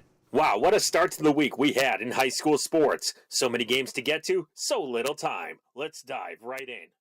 In boys lacrosse news, Teddy Glynn had a hat trick, adding an assist as Norwell defeated Nauset 11-10 in double overtime. Gavin Biggins had 4 goals, leading Rockland to a 7-5 win over Whitman Hanson. Finn Cronin had 4 goals himself as Silver Lake cruised to a 13-7 win over Barnstable. On the girls' side, Avery Regan had a hat trick as Cohasset topped Notre Dame Academy in a great 9-7 game. Avery DeMombro had a team-high 6 goals, while Cadence Dion made 19 saves as Abington defeated Fontbonne 11-10. Lexi Davos finished with 6 goals as Norwell coasted to a 14-3 win over Hanover. Lucy Francis had a 5-goal game, and Ainsley Yates recorded her 300th career save as Bridgewater Raynham defeated Silver Lake 12-7. Maddie O'Donnell had 7 goals as North Quincy pulled away for a 19-9 win over Cambridge. Shannon Balfe had 4 goals as Whitman Hanson staved off a comeback for a 13-8 win over Hull. And lastly, Adriana Ray tallied 5 goals, leading Cardinal Spellman to a 15-8 win over East Bridgewater. Brendan Connolly, WATD Sports. I'm Bobby Downspout of the South Shore Gutter Monkeys, and today's everyday American heroes are my teammates, the South Shore Gutter Monkeys Service Crew. There's no I in crew. These warriors of water control operate like a team of ladder-climbing ninjas, working in places that would strike fear into the hearts of most bipedal ground dwellers. I ain't going up there either. And with the strength of a lowland gorilla and the speed of a tree-dwelling spider monkey, these rooftop heroes tackle the job of cleaning and tuning up your gutters like Michelangelo painting 16 chapels. These fellas are athletes. And blessed with prehensile feet and hands for ladder gripping stability, these guardians of the gutters employ above-average manual dexterity 30 feet in the air. These boys don't mess around. To set up an aerial demonstration at your home, call the South Shore Gutter Monkeys at 508-477-9100. Now write that number down. Or visit SouthShoreGutterMonkeys.com. Take it, Johnny. No monkeys were harmed in the making of this commercial. 8:27, time now for a little kiss from Love Bites on WATD with Francesca. Hey lovers, it's Francesca, and here's your little kiss from Love Bites. You know what I've been noticing? It seems that when a relationship begins to shift south, whether it be a partner, a friend, family member, or even coworker, I hear a lot of, what did I do wrong? Rather than asking yourself whether it may be mutual or even a healthy relationship in the first place. Why not ask yourself, are they even capable of more? Because here's the thing, your brain isn't neutral. It's always scanning for proof of whatever story you've been telling yourself. If deep down the story is, I'm too much, or I'm not enough, or I always mess up relationships, and every time something is one off, it's going to feel like a confirmation. Every missed text like a rejection. But what if you took the time to evaluate the other person? Stop putting yourself on trial. That can become a bad habit. Not every breakup is your failure. Sometimes it's incompatibility, or someone else's limitations, or sometimes it's just life's bad timing. What story are you feeding yourself? Because if you keep wiring your brain to believe you're the problem, that's exactly what it will keep finding. Be careful what you say to yourself, and if you've made a mistake, don't regret it. Admire the courage it took to attempt the unknown. You've got this. I'm live every Wednesday at 9-10 a.m. right here on the South Shore Morning News 95.9 WATD. This is Truth Bomb Tuesday, babe, where we drop the fluff and keep it real. Always. Mwah. And don't go anywhere. Right after Love Bites, it's Wednesday's Wine, where your pet peeves finally get the microphone. You got it, Francesca. Thank you so much. Rob Hakala with the morning team coming to you from the WATD Coastal Heritage Bank Studios. Growing together. Find out more at coastalheritagebank.com. Coming up, traffic and weather in the 9, sponsored by Watchman Waterproofing. Small leak or ankle deep, Watchman Waterproofing keeps your basement dry. WatchmanWaterproofing.com. They get it done. Oh, I hate rain. I love rain. Yeah, well, you're a duck. Rain makes for wet, smelly basements. I love wet basements. Who doesn't? Me. I'm calling Watchman Waterproofing. I'm Tim from Watchman Waterproofing. We make basements dry. No nonsense, no excuses. Whether it's a small leak or you're ankle deep, don't wait. Call today. 1-800-653-4309 or go to watchmanwaterproofing.com. I never knew a dry basement could be this nice. I'm glad you called Watchman Waterproofing. 8:29 WATD traffic and weather on the 9s. Got the 8:30 news coming up, and next half hour, South Shore Chamber of Commerce segment with Tim Cahill. Right now, let's get a look at the drive. Southbound Expressway, a crash. In the left lane at Furnace Brook, you're back to Granite Ave. Northbound Expressway is slow from Braintree up to Southampton Street. Route 3 on the northbound side, slowing down mainly in Braintree now. Southbound is still slow at the Sagamore. 25 East is slow at the Bourne. 6 West a crash at 149 in Barnstable. The ride on 24, a little bit of a pocket up past 44 and 104, and then more delays coming up from just after Route 27 in Brockton up to 93. 93 remains heavy from Braintree over to Canton, and that continues on to 128 up through Dedham and Needham. South Shore weather. For today, we'll have cloudy skies, occasional showers, some downpours mixed in. 66 tonight, additional rain, a low down to 39. We're at 50 degrees right now in Marshfield. Good morning, it's 8:30. The South Shore's Morning News on 95.9 FM WATD. 49 degrees outside of our South Shore studios at 8:30. Good morning. I'm Dan McCready, WATD News, and the news being brought to you by Tiny and Sons Glass. His boys do a good job. 1-888-64-TINIES. Criminal complaints have been filed against a man who authorities say shot at Brockton police. 44-year-old Jailson Andrade of Brockton is facing a host of charges, including 2 counts of assault to murder, assault and battery with a dangerous weapon, unlawful carrying of a firearm, receiving a firearm with a defaced serial number, discharging a firearm within 500 feet of a dwelling, and several motor vehicle violations.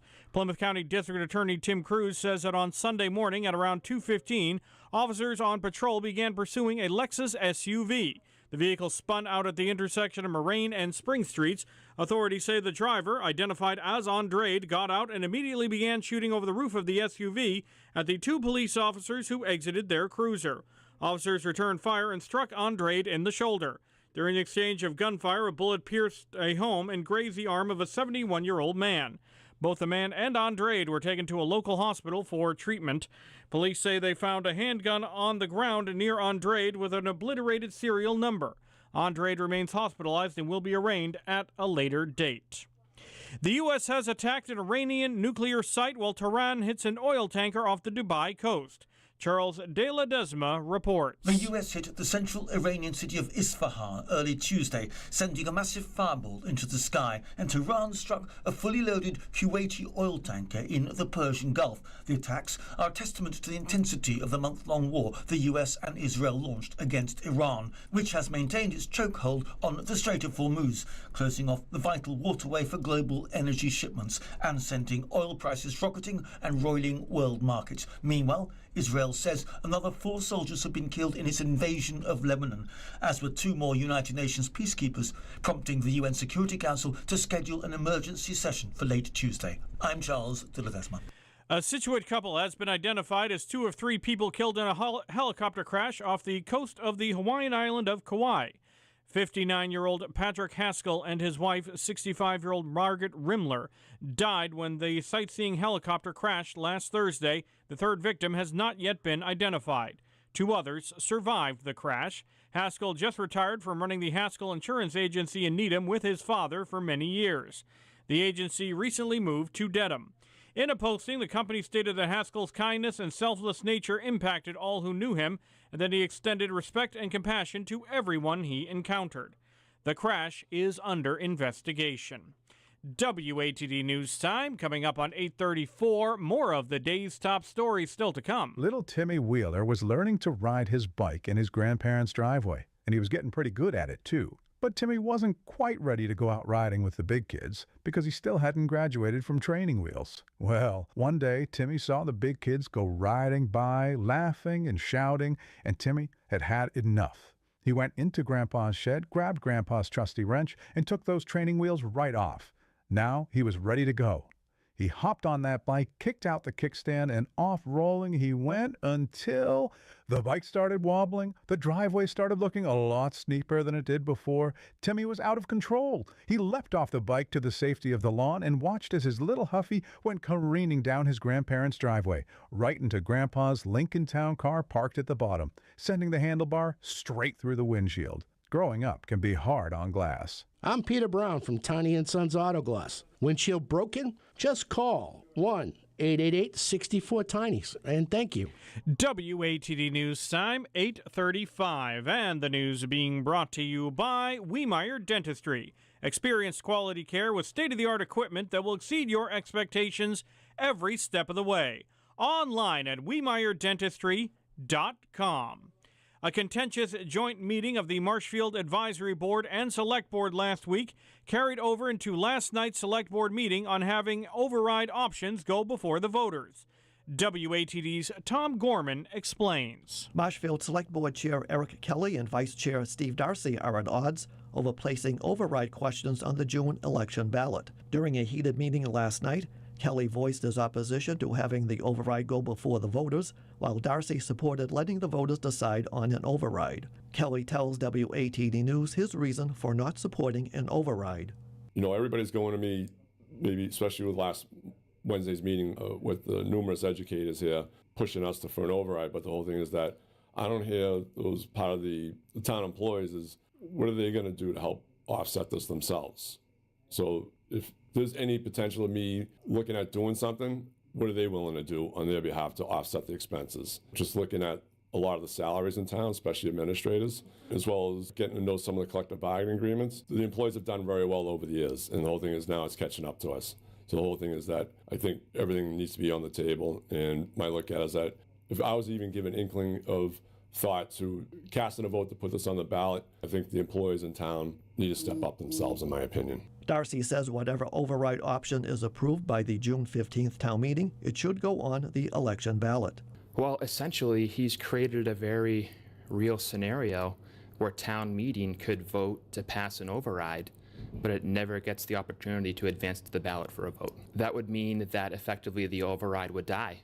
So the will of town meeting could be to pass some form of an override. It could be any amount, because remember, on the floor of town meeting, you can reduce a budgetary number by any amount that you want, but you can only increase it up to 10%. So that was the whole idea behind last week's meeting, where there's an A budget, no override, 100% cuts, a B budget, that's a partial override in tandem with cuts, and then budget C, which is the full override amount for the full deficit. But if town meeting decided that maybe $4.5 million or $5 million was the right number, with that C budget option of $7 million, they can bring that all the way down as much as they want. A joint meeting of the Select Board and Advisory Board last week decided to propose 3 budget options for the June 15th town meeting. That includes 2 override options. Reporting from Marshfield, Tom Gorman, WATD News. The Transportation Safety Administration says most of its officers received most of their back pay on Monday for working during the shutdown. Weary travelers hope the overdue paychecks will end the hours-long waits in security at several major U.S. airports. Wait times began improving when the TSA workers were promised their first paychecks in weeks. Bottlenecks disappeared at airports in Atlanta and Houston yesterday. Houston's main airport went from a 4-hour line to just a day ago to a 10-minute wait. President Donald Trump on Friday ordered the Department of Homeland Security to pay TSA officers immediately to ease the lines. WATD News Time 8:38. Traffic and weather on the 9s next. I'm Dr. Wiemeyer from Contemporary Prosthodontics in Duxbury. If you have dental problems such as worn, broken, or missing teeth, dentures that aren't fitting right, or your smile just isn't what it used to be, a prosthodontist is the dental specialist that can help you. We can design a treatment for you that can be accomplished entirely in our office. Veneers, crowns, bridges, dental implants, dentures, you name it. We also offer financial solutions to make it affordable. Call us today for a free consultation, 781-934-2300, or find us at contemporarypro.com. Now, WATD traffic and weather on the 9s. All right, let's look at the drive at 8:39, and it is still pretty tough in spots. It's mainly volume is the issue. No incidents as you make your way into town. It's the expressway northbound is just jammed solid right from Braintree all the way to Columbia Road, and then again entering the O'Neill Tunnel. So all in all, that drive time is going to be close again to 40 minutes today from Braintree to Boston, 40 minutes. Southbound Expressway, Boston down to Braintree at about 25 minutes. We did have a crash southbound at Furnace Brook. That has cleared. Route 3, I'm seeing mainly just at the top end up through Braintree. That's about it. It looks pretty good otherwise. 3 south, slow at the Sagamore, about a mile. 25 east is slow at the Bourne. There is a crash on the Cape, by the way, on 6 westbound at 149 in Barnstable to watch out for. That's on the westbound side. And taking a look at 24, not too bad, a little slow at the top end. Still busy, though, on 93 both ways through Braintree and Randolph. Traffic on the 9s every morning. Traffic emergencies when they happen on WATD. Now the updated South Shore weather. At the Blue Hill Observatory yesterday, a top temp of 64 degrees. We're just about ready to close out the month. The month is averaging about 4 degrees warmer than normal per day at Blue Hill. Right now, there is still a small departure from normal on the downside in terms of precipitation for the month of March. But we will add to the precipitation tally here before the month is out with some of the showers and thunderstorms that I'm expecting here for the day today. We'll have a rapid wind shift into the northeast that will send temperatures tumbling. At lunchtime, we'll be close to 60. For the drive home, we'll be close to 40. And we're talking about a substantial amount of rainfall here across Greater Boston, the Metro South, and the South Shore. A solid 3/4 of an inch of rain likely in Boston, more over parts of southeastern Massachusetts. For tonight, we'll see showers and isolated thunderstorm, plenty of clouds and easterly breeze. Overnight lows will be into the mid-40s. A southwesterly breeze will return on Wednesday with more clouds than sun, highs into the mid-60s. Cloudy with a raw northeast wind on Thursday with a shower, the high near 40. Friday's mostly cloudy with a bit of rain and highs in the mid-60s. Next weather in just 10 minutes. For WATD, I'm meteorologist Josh Nichols. 49 degrees at the weather station WATD. I'm Dan McCready at 8:41. The South Shore's morning news continues now on 95.9 WATD. The South Shore's morning news continues. I'm Rob Hakala with the morning team. Every week at this time, it's our South Shore Chamber of Commerce update. In studio with us, Tim Cahill. Tim is the president and CEO of the South Shore Chamber of Commerce. Tim, good morning. Good morning, Robert. How are you? Doing great. How are you on this final day of March? Excellent, excellent. It's my sister's birthday. Happy birthday to my sister, Barbara Campbell. Happy birthday, Barbara Campbell. In Weymouth. So I don't know if she's listening, but hopefully the word gets back to her that I did not forget. He did not forget. Okay, let the record show. We have it on tape. And she shares her birthday with Christopher Walken. There you go. Wow. There you go. Right. Excellent. Didn't know that. It's a fact. Fun fact. There you go. And I'm joined by another fun fact, Nick Pulio from South Shore Times. Probably never been described that way before. No, that's a first, yeah. Nick is a partner at the South Shore Chamber of Commerce. He's running a great business, Comset Communications, as well as he dabbles in local news. Tell us about the South Shore Times and what's happening. Well, we've taken a full-on head dive in over the last year, so it's more than a dabble at this point. So, first of all, welcome back. Thank you, Rob. Good to have you back here. Yeah, tell us a little bit about what you are doing now, going all in. So I think when we started South Shore Times about a year and a half ago, the idea was to have more in-depth reporting for towns coverage, to have things that people can read and distill and look at. And people have really wanted that. And we heard from folks, and selfishly, a big reason for it was that I wanted to sign my son up for basketball and could not find when the tryouts were, and then found the email 2 weeks too late and he couldn't sign up. Right. Wow. So I this was like 2 years ago now. Yep. I'm still hearing about it. So that's like, the From level your of side. of course, yeah. Dad, you let me down. So one of the things we did, we wanted to have a place where we could have a community calendar where people could discuss ideas, where they could post things, and it's easy to find. So that's where the idea came from, is kind of a community hub of information. People don't like having to find things anymore. It's very hard, actually, Not with that the volume anyone of did, emails. but no. Today I need to know where it is, and it should be done easy and not jumping through hoops or clicking on links and trying to. The more technology improves, the worse our lives get. Right. I will say that for the record, because it just, even with AI now, you go on Google and you got 15 different angles of the answer you're looking for, and I catch myself saying, I just want the one. Answer. It's true. Anyway, sorry for that. I had to step in on that. That's where Nick said you want to make things, easier and more concise and easy to find? Yeah, and just give people a source of information where they can see maybe a little bit of analysis, but kind of adjust the facts reporting. I know you do that here at WATD, which is great, but just to have another format for folks to go and find stuff. And it's great. We just had, we've been covering a lot of town budget process and cycles. It's that time of year, right? Everyone's busy.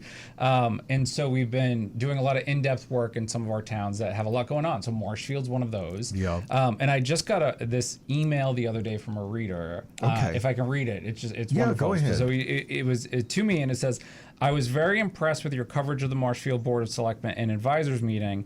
I found your article very informative and helpful. I'm a much better informed citizen because of your work. Oh. And that was like, okay, good.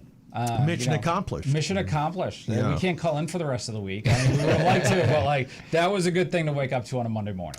What have you learned so far in terms of now being, what did you say, a year and a half? We're a year and a half in, yeah. A year and a half in. What are some of the lessons, going in, obviously you have one idea, now a year and a half in, have you had to pivot, change, kind of adjust the way you do? What have you kind of found out and what the marketplace wants more maybe? We have, and one of the things we know is what's out there in the existing ecosystems. So Yeah. like WATD, the Ledger, things like that, other outlets that are out there, and where's the need, right? Yeah. And so we found our needs. We were trying to cover sports before.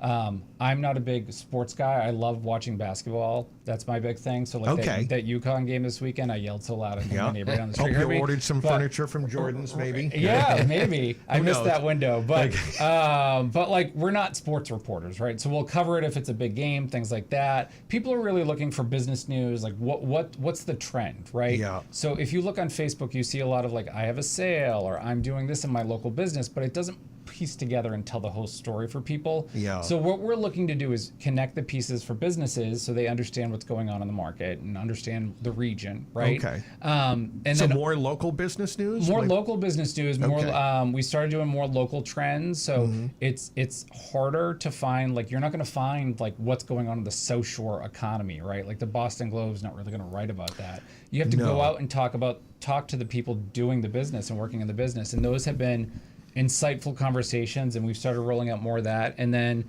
the town coverage has really been like what's happening in local government. People are really interested in a fact-based approach to that. Yeah, I think a lot of towns, you're right, are dealing. I think every town is dealing with what you want, what you can afford. How do you spend the money you have? What should we raise taxes? There's a lot of questions, and you see it all over the place. I mean, if you want to go and have some fun, you can go to Facebook and get into it with people. Have some fun. But for most of us, at least for me, I don't like that, and I'm sure you're hearing more and more as you talked about with the negative and the lack of civility. How do you approach everything when it comes to your coverage? I mean, do you have comments open, the forums, because that can get dangerous, right? Yeah, so we actually, if you look at our site, like my opinion or the opinion of the people running our site, so there's 4 of us, plus we have some Northeastern Co-op students who are writing for us as well, which has been great. Okay. There's no opinion anywhere. Yeah. Any opinion is stuff that readers have submitted. It's part of the community conversation. Okay. And it's part of creating that dialogue. So regardless of how we feel on a story, we write just the fact stories. We don't engage in Facebook back and forth. We don't engage in name calling. Like if you look at some of the blogs out there, it's calling people dummy, calling people this and that. Or worse. Or worse. Or worse. That one stands out though. But Who's in charge of this page? Right? So it's like, and there's all these like microblogs and things like that out there. That are really like activists masquerading as, a source of information. And we want to give people kind of a North Star of like, this is a place you can go. This is a place you can trust for information. What's going on? And, I mean, you can certainly find the spin if you want it. But sometimes, at the end of the day, I just need to know what's going on and where my money's going and, what's going on in town so I know kind of what I need to do or how to act. What's coming up? When do we need to vote? That kind of stuff. Exactly. Right? Or when the transfer station's closed, right? It's the basic stuff that people need to know and understand. When the basketball sign up actually is. Right. Yeah. It'll always be forever now. I'm sure Nick will have that always. He'll be following on that. So, how do people, Nick, find out more about what you're doing and what you get? What's the is there a fee involved right now, or how does it work to gather the information? No, we're all free. Oh, wow. And we'll be free forever. So we're at southshoretimes.com. And it is, we have an online site. We have a big social media presence, which has really taken off. So we're getting about 250,000 views a month across all our content. So people are clearly engaging with it, hungry for it. But yeah, the southshoretimes.com, and it'll be free forever. We're never going to put up a paywall or charge folks. So we really want it to be a community resource. And can I ask one question Sure. before? You at one point you've got 6 or 7 communities you cover, and you were talking about expanding that. Is that still on the horizon? We have expanded. So we cover communities from Hingham all the way down to Plymouth now. Okay. Oh, wow. Good. And so we have 9 communities. And the reception has been great. So we went into Duxbury, Kingston, and Plymouth this year. The reception has been great. Great collaboration with like local leaders who want to send us news updates and press releases. Business community still is hungry for it because they want a way to get their message out and have that validation of being in the press. Yeah, I see the South Shore business section looks good. You got a lot of different stories on there, which is fun. And also you can subscribe as well to a newsletter. What do you get with that? So the newsletter is just a weekly news roundup. You can sort it by the whole South Shore if you want, or you can do it by your town. So we're trying to play that role of like what Ledgerland used to. I was a Ledger co-op at Northeastern back, a million years ago when they had a 30-plus person newsroom, right? Yeah, so we're trying to give folks a balance between like what your local community paper was for just your town and like what a regional outlook is. So if you go on the site or sign up for the newsletter, you can pick which one you want to see. Oh, okay. All right. SouthShoreTimes.com. SouthShoreTimes.com. You'll see all the information there. And boy, it sounds fun, and it sounds like it's continuing to grow, which is a good thing that obviously there is an appetite for information as to what's going on where I'm living, right? Yeah, and it certainly keeps us busy. Yeah, that's great. Well, Nick Pulio, it's been great to see you again. Nice to see you, Rob. Thanks for coming in. South Shore Times and Constant Communications. And, of course, our good friend Tim Cahill is here every Tuesday at this time. South Shore Chamber. Get involved at southshorechamber.org. Thank you both for coming in. Thank you very much. Looking forward to April. Yeah, April will be here soon enough. All right, let's get the update now on traffic and weather and see what's going on the highways. And we are looking at, there's still a crash on the Cape. It's now 1.5 miles back up 6 West at 149 in Barnstable with a crash. Route 3 southbound, if you're going down the Cape, there is still a slowdown at the Sagamore. 25 east, a little slow at the Bourne. 44, we had a delay mainly on the eastbound side, getting east and west of the traffic lights at 105 in Oliver Mill Park in Middleborough. Route 3 looks good until you get to Braintree, just slow at the top end. Still a mess. 93, Braintree over to 24, and the expressway is still a tough ride from Braintree up to Andrews Square. Again, approaching the O'Neill Tunnel, 41 minutes, Braintree to Boston. South Shore weather, let's get the details now.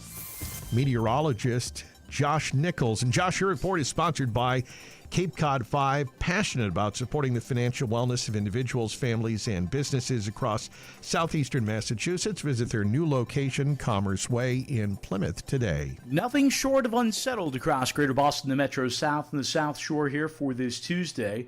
We'll find scattered showers and thunderstorms. A rapid wind shift into the northeast will send temperatures tumbling.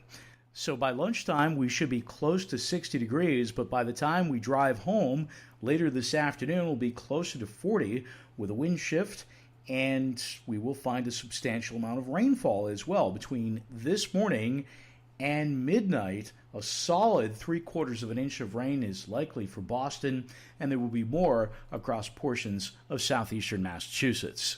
Coming up for tonight, plan on additional showers, maybe an isolated thunderstorm, a mostly cloudy sky, an easterly breeze. Temperatures will be into the mid-40s.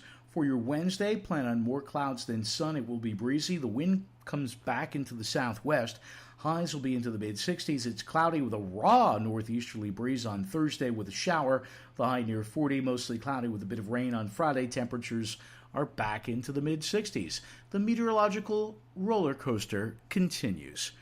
Next weather in just 10 minutes. For WATD, I'm meteorologist Josh Nichols. You got it, Josh. And right now, 50 degrees at the weather station. Sports next.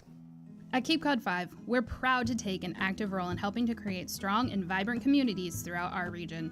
From volunteering to providing financial education to sponsoring local events and organizations, giving back is a part of who we are. In fact, Cape Cod 5 gives over $1.5 million annually to community organizations, making a meaningful difference in the lives of those on Cape Cod, on the islands, and in southeastern Mass. Find out more at capecod5.com, member FDIC. WATD Sports, sponsored by Stewart Painting. Every job done right and on time. Receive a virtual quote within 24 hours. Now hiring. Apply online, stewartpaint.com, stewartpaint.com. A loss for the Celtics last night. They lose to the Hawks 112-102. Jaylen Brown led the way with 29 points. He was back after missing 2 games with Achilles tendonitis. And Jason Tatum sat out to avoid back-to-back games. Celtics will face the Heat in Miami tomorrow night at 7:30. The Bruins host the Dallas Stars tonight at 7. Red Sox lost to the Astros last night 8-1. They'll continue their series in Houston tonight. Brian Bayo expected to get the start for the Sox. First pitch at 8:10 down in Houston. That's your update on sports. Wouldn't you just love new kitchen cabinets without the high cost, the mess, and the inconvenience? Hi, I'm Sheldon Stewart of Stewart Painting, and I know how scary the thought of a demoed kitchen can be. So I have a solution. Allow our cabinet refinishing team to restore the beauty to your kitchen cabinets. Our professionals will apply a sprayed finish and then swap out the hardware for a completely new look. And the task will be completed in days, not weeks. We paint hundreds of kitchen cabinets every year, and we would love to add your cabinets to our list of happy homeowners. In addition to our locations in Hyannis and Hingham, we are now servicing Newton, Wellesley, and Nantucket. Finance options and military veterans discounts are now available for all projects. The process is fast, and it's easy, and there's no hidden fees. Head to our website at stewartpaint.com to see if you pre-qualify. It's never been this easy to turn your vision into reality. With over 40 years of excellence, Stewart Painting. Expect the best. We're not done celebrating St. Pat just yet. Don't miss the 30th annual Scituate St. Patrick's Day Parade on Sunday, April 12th. Kick off the parade weekend by diving into the St. Pat's Plunge on Saturday, April 11th at noon at Hummerock Beach. Gather with fellow plungers before the dive at The Voyage. Find out more information at weloveaparade.com. Then, get ready for Mayor-elect Brian Rojic to lead the proceedings in the 30th annual Scituate St. Patrick's Day Parade. The parade gets underway at 1. That's Sunday, April 12th. Don't miss the celebration. More details at weloveaparade.com. Looking for something brilliant on the South Shore? Get ready because something exciting is sparkling in Pembroke. Join WATD for a grand reopening of South Shore Diamond Exchange today at noon. Now under new ownership of George Hanush, owner of Rom Diamonds and Hanush Jewelers. Celebrate at 125 Church Street in Pembroke in the RK Plaza, also known as North River Plaza, and be part of this special moment as we cut the ribbon and open the doors to a brand new experience in fine jewelry. And here's the best part: when you attend, you can enter to win a stunning pair of 2-carat diamond stud earrings. 2 carats of brilliance could be yours. Plus, WATD will be broadcasting live from the event. Join the excitement, the celebration, and the sparkle. Discover exceptional diamonds, beautiful jewelry, and a fresh new chapter at South Shore Diamond Exchange. Today at noon. Don't miss it. South Shore Diamond Exchange, where brilliance begins. 8:58, we'll update traffic and weather next on the 9s. Now, the Old Colony Elder Services Tip of the Month. March is Social Work Month, a time to recognize and celebrate the dedicated social workers who support people of all ages through life's toughest challenges. By advocating for equal rights and ensuring essential services are accessible to all, social workers strengthen the very fabric of our communities. To learn more about the important work of OCES or to join their team, visit OCESMA.org. I'm Nicole Long, CEO at OCES. For more than 51 years, OCES has been empowering older adults and individuals with disabilities by providing information to support safe and healthy living as they grow older. We are a local, reliable resource providing guidance on vital services and programs for people of all ages. For more information, call 508-584-1561 or visit us at OCESMA.org. All right, 8:59, WATD's traffic and weather in the 9s. And we'll get the top stories at 9 from CBS. Defense Secretary Hegseth says U.S. firepower is increasing while Iran's is weakening. We'll get an update on that straight ahead at 9. Dan, local news at 9:03. Fifth and final hour is coming up, and feel free to chime in on the text line, 781-837-4900, 781-837-4900. Our text line sponsored by Auto Shine Auto Body, Abington and Braintree. Northbound Expressway, 40 minutes end-to-end slow. Braintree up to Southampton Street, again approaching the O'Neill Tunnel. Route 3 is slow approaching the split. Southbound busy at the Sagamore. 25 East is slow at the Bourne. And a crash 6 West at 149 in Barnstable. Occasional showers, some of the rain heavier at times. Clouds, rain, 66 the high, 50. This is the South Shore's radio station, WATD FM Marshfield. And on your smart speaker, say play WATD. WATD. This is CBS News on the Hour, your home for original reporting. I'm Deborah Rodriguez. We begin with the Iran war. Defense Secretary Pete Hegseth says talks on ending the fight are gaining strength. At a Pentagon briefing, Hegseth said many of Iran's troops are deserting and its leaders are frustrated. The upcoming days will be decisive. Iran knows that, and there's almost nothing they can militarily do about it. Hegseth revealed he visited with American troops at undisclosed locations in the Middle East over the weekend. He says they all told him, "Let's finish the mission." Get us even more bombs, bigger bombs, more targets. Let us finish this. Michael Wallace, CBS News. Drivers are counting their pennies at the pump. Gas prices hit a 3.5-year high today of $4.02 for a gallon of regular. In California, they're up to a staggering $5.89. It hurts for this driver in Ontario. I left 2 weeks ago. It was like $4.15, and I come back and it's almost $6. It's in 2 weeks, that's insane. How high could they go? Business analyst Jill Schlesinger says that depends on how long the war drags on. I think that most experts are sort of looking through and saying if this is a few weeks, maybe a month, we could go to 4.5. JetBlue flyers will pay more because of the war. CBS's Jesse Mitchell. The airline is now charging $39 for the first checked bag, up from $35, and $59 for a second bag, up from $50, because of higher fuel costs tied to the war with Iran. A royal visitor is crossing the pond. I'm Vicky Barker in London. Buckingham Palace has just announced that King Charles will make a state visit to the United States in late April. The trip will mark the 250th anniversary of American independence. There has been no palace comment on Congressman Ro Khanna's request that Charles meet survivors of convicted sex offender Jeffrey Epstein, apparently in the hopes he will then pressure his disgraced brother Andrew to testify about his friendship with Epstein. The American Heart Association has just released new guidance on how to eat to keep your ticker healthy. It recommends getting protein from plants instead of meat. CBS News medical contributor Dr. Celine Gounder. You're talking about things like beans and lentils, nuts and soy. And so you don't necessarily even have to go fully vegetarian, but a couple plant-based meals a week can make a big difference for your blood pressure, your cholesterol, and your blood sugar. The Heart Association also recommends low-fat or fat-free dairy, plus olive oil, soybean, and canola oils instead of beef tallow and butter. Most of that is in direct opposition to Health Secretary Kennedy's advice.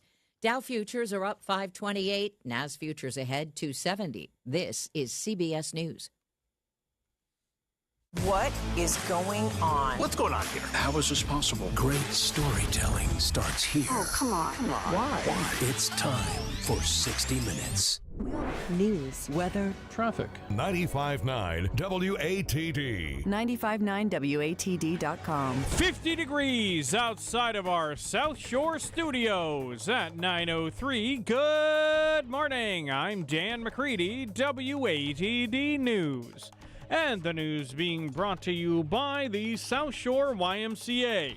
Get out of the house and get active. The South Shore YMCA has mental and physical wellness plans for all ages and abilities. Start your wellness journey today at ssymca.org/join. A man convicted of first-degree murder in connection with a 2004 fatal Brockton shooting has been granted parole. 39-year-old Lewis Franklin of Brockton is set to be released to a state mental health group home following the state parole board's decision to grant him parole. Franklin was convicted for the 2004 murder of 18-year-old John Falcone. Authorities say that Franklin shot and killed Falcone during an argument over a narcotics transaction. He was sentenced to life in prison without the possibility of parole. However, in 2024, the state Supreme Court ruled that life without parole is unconstitutional for emerging adults between the ages of 18 and 20. Plymouth County District Attorney Tim Cruz wrote a letter to the parole board in opposition to Franklin being released. Cruz says that Franklin received 19 disciplinary reports spanning his entire tenure in prison. The DA also said that Franklin started to participate in an institutional program only after the Supreme Court decision that his failure to better himself beforehand undercuts that he is ready for parole. In their decision to release Franklin, the parole board said that he has a strong support system that will help him comply with a release and mental health plan. WATD News Time, 9:04. More of the day's top stories still to come.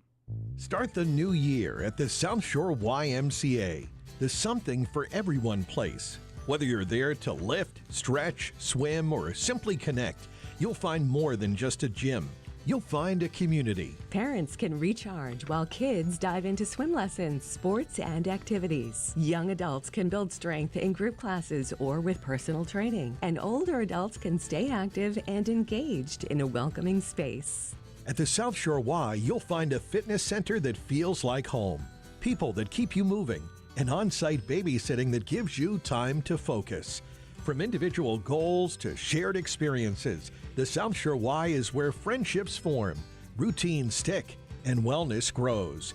And it's all waiting for you to get started. Make the South Shore YMCA your place for fitness, friendship, and fresh starts. Become a South Shore YMCA member today. Check out their virtual tours at ssymca.org/join. WATD News Time, 9:06, and the news being brought to you by Luchetti's Service Center. Luchetti's customers drive safe vehicles.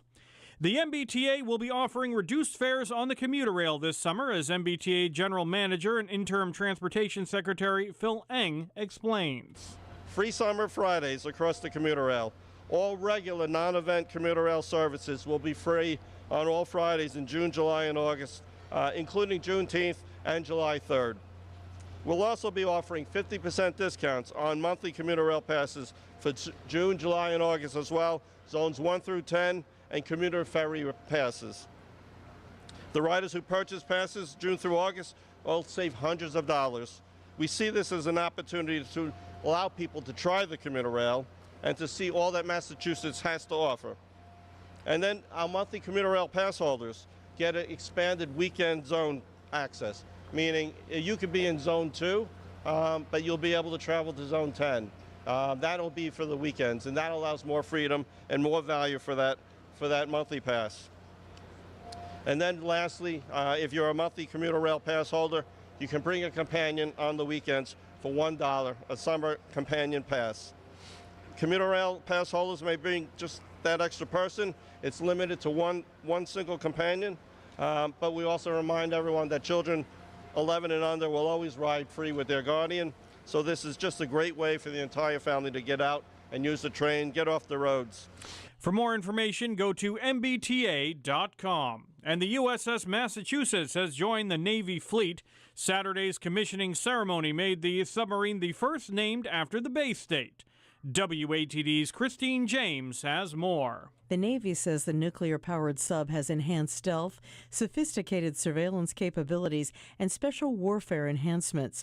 It cost $2.8 billion and was christened on May 6, 2023, by the ship's sponsor, Sheryl Sandberg, the former COO of Meta. The sub's commanding officer did not say where the sub is headed. A U.S. submarine sank an Iranian warship off the coast of Sri Lanka earlier this month in the war with Iran. Christine James, WATD News. WATD News Time, 9:08. Traffic and weather on the 9s next. 4 left. Need another breakfast ball, bud? It's all right, Chuck. Some days, you just don't have it. No kidding. I gotta get over to Luchetti's fast. Luchetti's? The auto care place? What are you going there for? They do everything there. They always say it. Luchetti's, doing everything to perfect your drive. Yeah, I don't think that's what they mean, Chuck. You're just afraid I'm gonna start beating you, you old sandbagger. You know as well as I do, you can't compete with complete. 4. For almost everything you need, trust Luchetti's. Now, WATD traffic and weather on the 9s. Good morning. The time now is 9:09, and taking a look at the expressway northbound, 38 minutes, bringing through to Boston. Slow from the split up towards Southampton Street now is the heaviest. Route 3 looks good. Herring Pond Road in Plymouth up to Union Street. I'm not seeing any big delays. Southbound at the Sagamore, not too bad. A little bit of company at the Barn. And Route 6 westbound, we had delays with a crash near 149 in Barnstable. Over on Route 24, looks good through Brockton. It's easing out in Avon. 93, still some slow spots out of Braintree as you make your way over past Pockapog. Traffic on the 9s every morning. Traffic emergencies when they happen on WATD. Now the updated South Shore weather. Unsettled is the operative weather word across Greater Boston, the Metro South, and the South Shore here for today, with scattered showers and thunderstorms, a rapid wind shift into the northeast. For later today, we'll send temperatures tumbling. So as you head out the door, prepare for lunchtime temperatures close to 60. For the drive home, plan on temperatures close to 40. We'll have substantial amounts of rainfall, about 3/4 of an inch in Boston, a little bit more over parts of interior southeastern Massachusetts between this morning and midnight. For tonight, look for showers and an isolated thunderstorm, the low in the mid-40s, mostly cloudy, breezy for Wednesday with highs in the mid-60s and a southwest wind. Thursday's cloudy with a raw northeast wind and a shower, the high near 40, mostly cloudy with a bit of rain on Friday, highs back into the mid-60s. For WATD, I'm meteorologist Josh Nichols. 50 degrees at the weather station WATD. I'm Dan McCready at 9:11. The South Shore's morning news continues now on 95.9 WATD.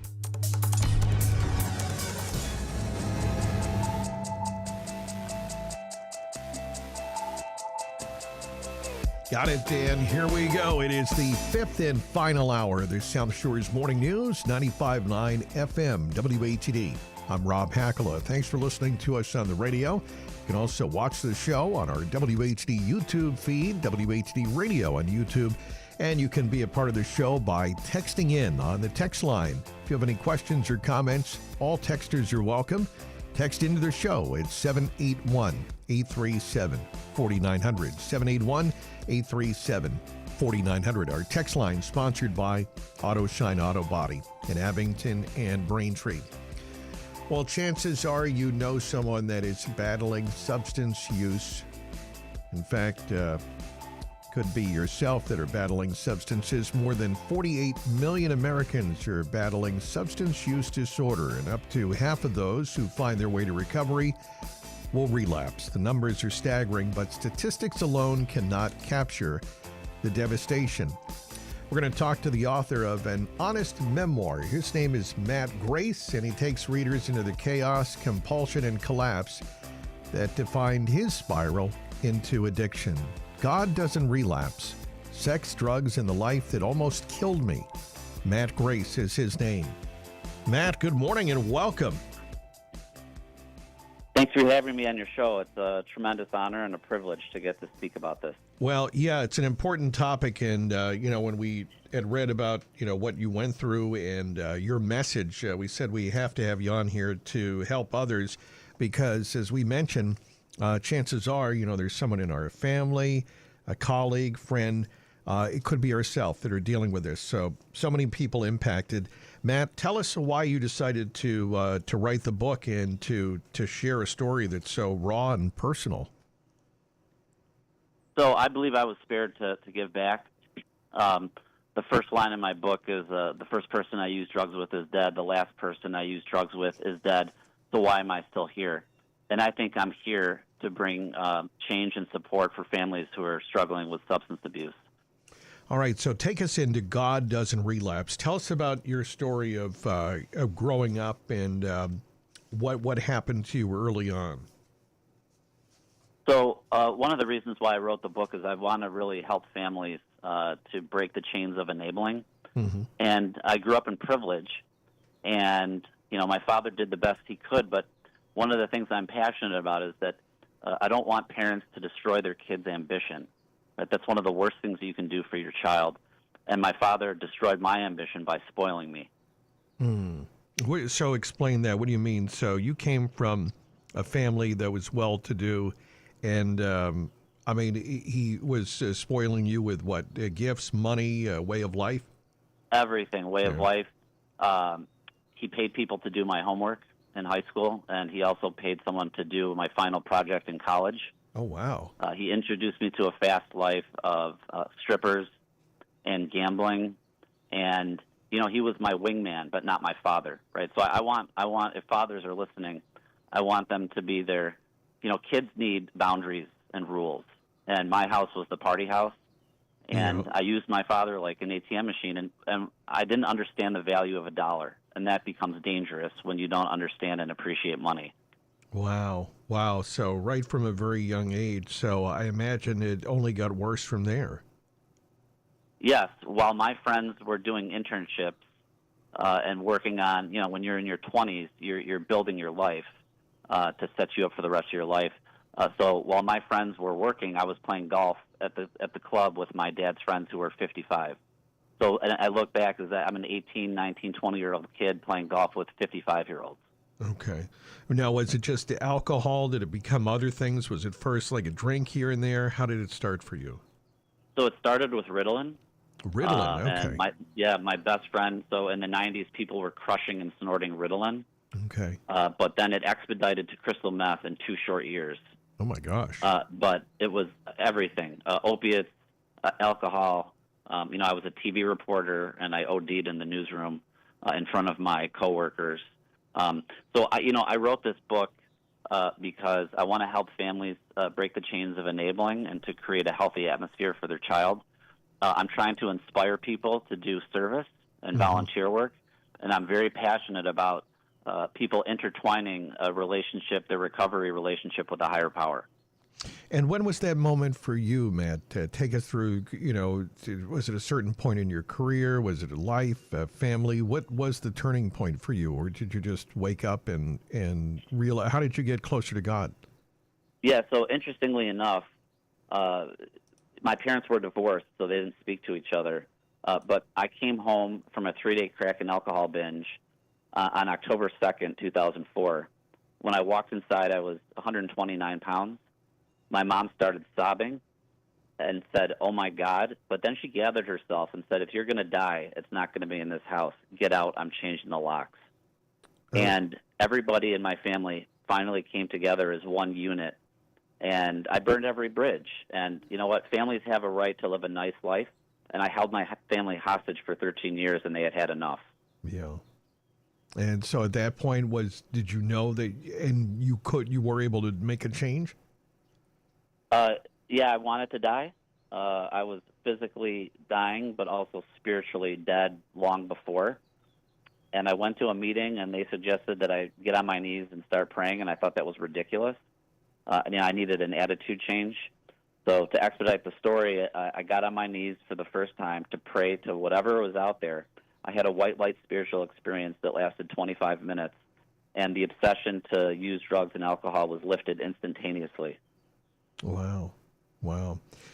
So your message in terms of you're talking about breaking the family dynamic, what advice would you have to parents of young kids or kids that are getting into teenage years, or what would you advise them maybe if they suspect something is going on? What advice do you have, Matt? For teenage years, I think the most important time is to know where your kids are between 2 and 6, because that's when I got into the most trouble.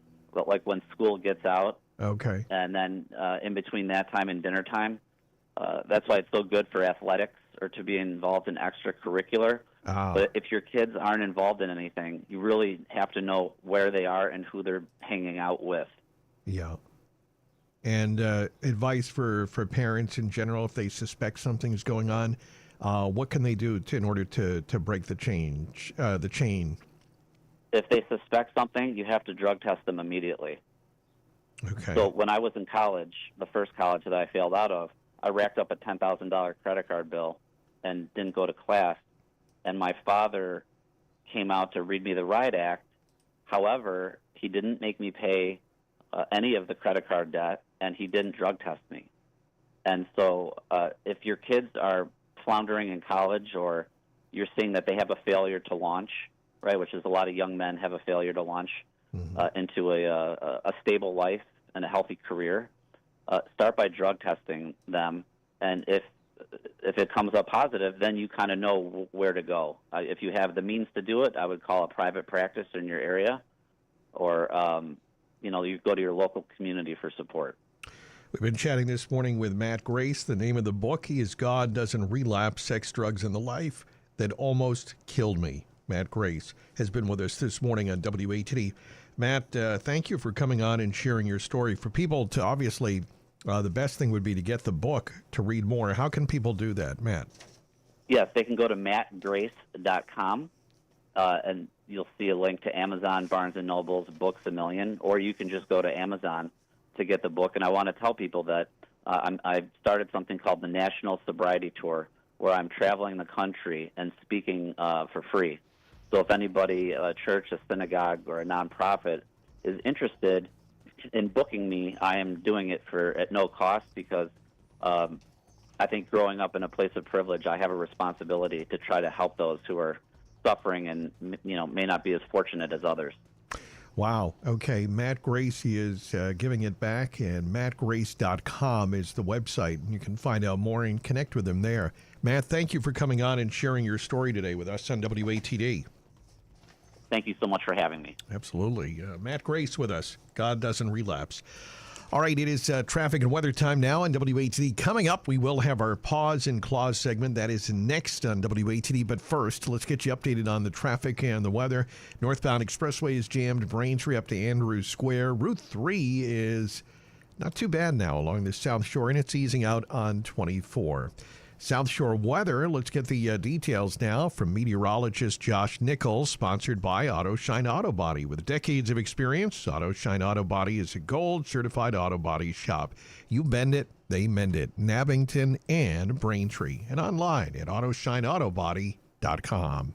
Nothing short of unsettled across Greater Boston, the Metro South, and the South Shore here for this Tuesday. We'll find scattered showers and thunderstorms. A rapid wind shift into the northeast will send temperatures tumbling.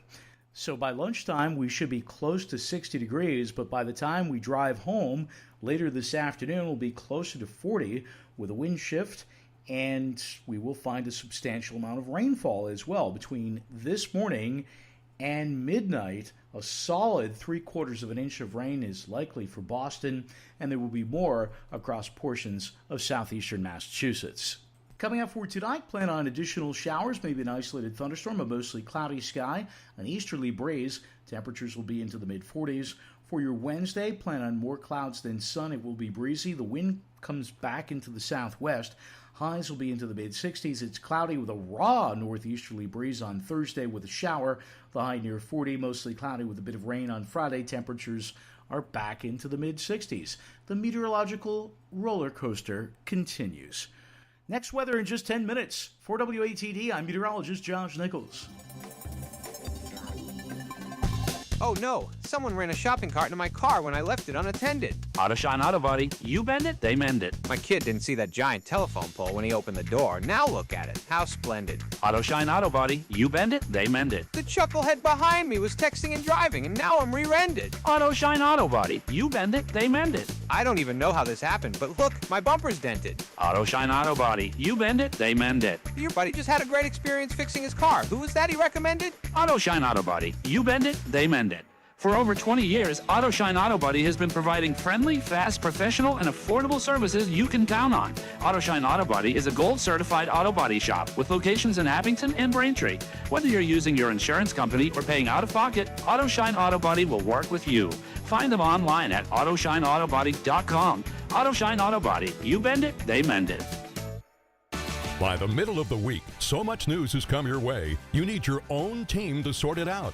Lucky for you, there's Jared Valenzola and the JV team to talk about the things you've heard and catch you up on some things you might not know. I'm Jared Valenzola. Join me and my guests as we have fun with current events and try to put things into perspective each week. Sponsored by Corey Welch of Boom Realty. Catch the JV team tomorrow night at 6:15 here on 95.9 WATD. 95.9 WATD, the South Shore's Morning News rolls on. I'm Rob Hakala with the morning team, and it's time now for our Pause and Clause segment. We do it every week at this time. We talk about the pet and animal world, as always, sponsored by the Clean Team. You know, even the best pets can't clean up their own mess. Call the Clean Team to take care of fur, furniture, paw tracks, tiles, and all sorts of catastrophes and doggy dilemmas. Visit thecleanteam.net, thecleanteam.net. Our special guest this week for our Pause and Clause segment on the line, Kara Holmquist, is joining us. She is the Director of Advocacy, MSPCA Angel. Kara, good morning. Good morning to you. Great to have you on WATD. So we wanted to talk about some great news here, as there was a unanimous vote in the State House. Here we're talking about the Massachusetts State Senate passing the Pets Act, right? Yes, they passed it a couple weeks ago, a large omnibus animal protection bill. We're really excited. All right, so tell us about where this goes now. So what does this mean for the Commonwealth? Sure. Well, this bill has several provisions that not just help animals, but help pet owners in the Commonwealth. It now will move to the House, and we're really looking forward to talking about it with House members, and we're really grateful for all the senators, including Marshfield's Senator Patrick O'Connor, who worked so hard to get this passed. Oh, that's some great news. Yeah, I know Senator O'Connor has been working on that as part of many of the senators and other legislators. So where does it go from here? So it's passed in the Senate, and then is it going forward then? Right. It's in the House Ways and Means right now, so we're working to actively lobby it on that in that branch. And we're just really excited because there's so many great provisions in the bill for animals. For example, it stops the puppy mill to pet shop pipeline. So we know that dogs, puppies and kittens sold in Massachusetts pet stores come from large-scale commercial breeders, often referred to as puppy mills. And state and federal records have linked some of the worst puppy mills in other states to puppies that are sold in Massachusetts. So that provision, for example, would not just help animals, but also would help consumers who often call us devastated after they've purchased a sick puppy. Okay. All right. So now this will need to go to the House in order to get passed at that point. So should people reach out to their local House members? Absolutely. Please contact your state representative. The bill number is Senate Bill 3028. It's called the Pets Act. And if anybody would like more information about the details of it, because there are many provisions in it, they can go to our website at mspca.org/advocacy. mspca.org/advocacy. Okay, so the act is unanimously passed in the Senate, so it needs to go to the House, and hopefully it will go forward. And so you guys, I imagine, will stay on top of that and keep us updated? Absolutely. All right, so as far as this act in the Commonwealth, this again would be a state law. Would this be on par with some other states? Is it similar to other laws in place in other states? Do we know? Yes. For example, the provision I just mentioned, we would be the 10th state to pass something like that relating to puppy mills. And there's other provisions that we would also be catching up to some other states, such as if a non-animal alternative test exists, that would be required to be used for testing on cosmetics and personal care products. So we would be adding Massachusetts to other states that have already made that change. We also have some really important provisions in the bill relating to pets and housing. We know that the number one reason that animals are surrendered to shelters in Massachusetts is because their owners cannot find housing. So there's several provisions that would look at that issue and help provide some relief to pet owners and hopefully keep families together. Okay, now what if there is the part here, it says a ban on cats and dogs sold in pet shops. We have a listener, Mary wants to know, what if there is a pet shop, there's one at a mall, what does that mean for those businesses? Yeah, so the businesses can still stay in business. It'll just require a more humane business model, so they can partner with shelters and rescues to provide pets to the public. And they can also continue to sell products, provide services such as grooming. So it's changing them to a more humane business model, but certainly they can continue to operate. Okay, all right, good information there. Kara Holmquist has been with us today to talk about the Pets Act, which has unanimously passed the Senate. And now we'll wait to see what happens in the House. Kara Holmquist is the Director of Advocacy, MSPCA, Angel. And Kara, thanks for coming on and being with us on Paws and Claws. Thank you for having me. Thank you, absolutely. Paws and Claws is sponsored by the Clean Team. And find out more at mspca.org. Hello, I am a nice dog in a loving home. My owners call me Stop That. Stop that! You got mud all over the carpet. Stop that! Get off the couch. Oh, now it's covered in your hair and drool. Stop that! You're supposed to pee outside.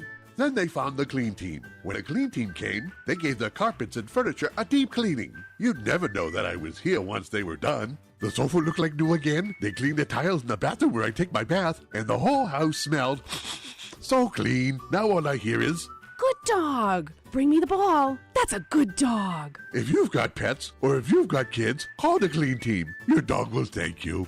Even good dogs can't clean up their own mess. The Clean Team can clean your carpets, couches, hardwood floors, rugs, or drapes, even the grout and tiles in your bathroom. Call them today at 781-585-4678 or see a list of their services online at thecleanteam.net.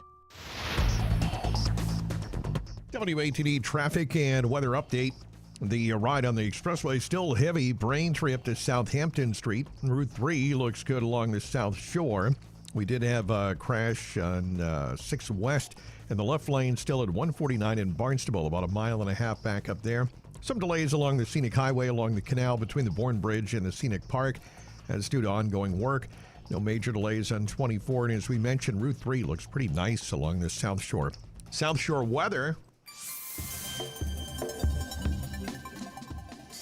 And for today, we are going to have cloudy skies, some rain. Some of the rain will be heavy at times. High 66 tonight. More rain, a low down to 39. And then tomorrow, mostly cloudy with a few passing showers. Wednesday's high 65. 52 right now in Marshfield at the weather station, WATD. Looking for something brilliant on the South Shore?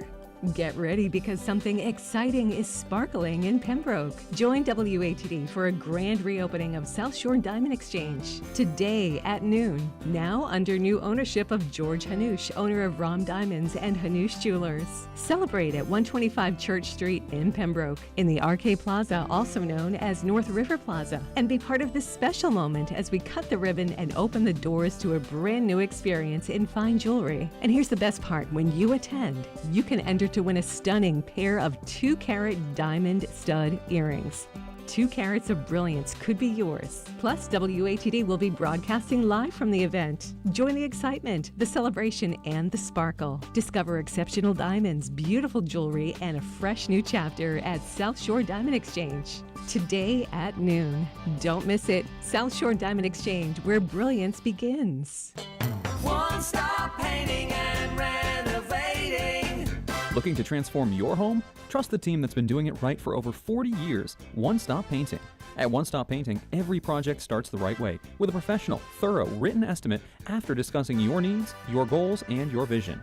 From interior and exterior painting to soft washing and power washing, they handle it all. Vinyl siding, wood, decks, stone walls, walkways, even pool aprons. Need carpentry? They've got you covered. From rotted wood replacement to doors, windows, and more, One Stop is truly full service. They also specialize in epoxy garage floor coatings, gutter cleaning, and so much more to keep your home looking its best year-round. Experience, quality, and award-winning service you can trust. That's One Stop Painting. Hi, this is Jeff Cohen, owner of One Stop Painting. Call us at 508-888-3500 or check us out online at onestoppainting.com. One Stop Painting, trusted by homeowners for over 4 decades. One Stop Painting and Renovating.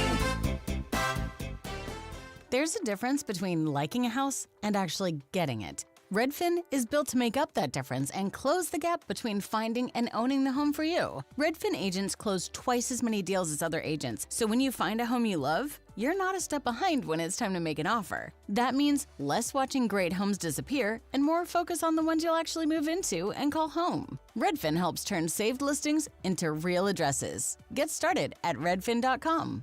Own the dream. Oh, could this vintage store be any cuter? Right? And the best part? They accept Discover. Accept Discover? In a little place like this?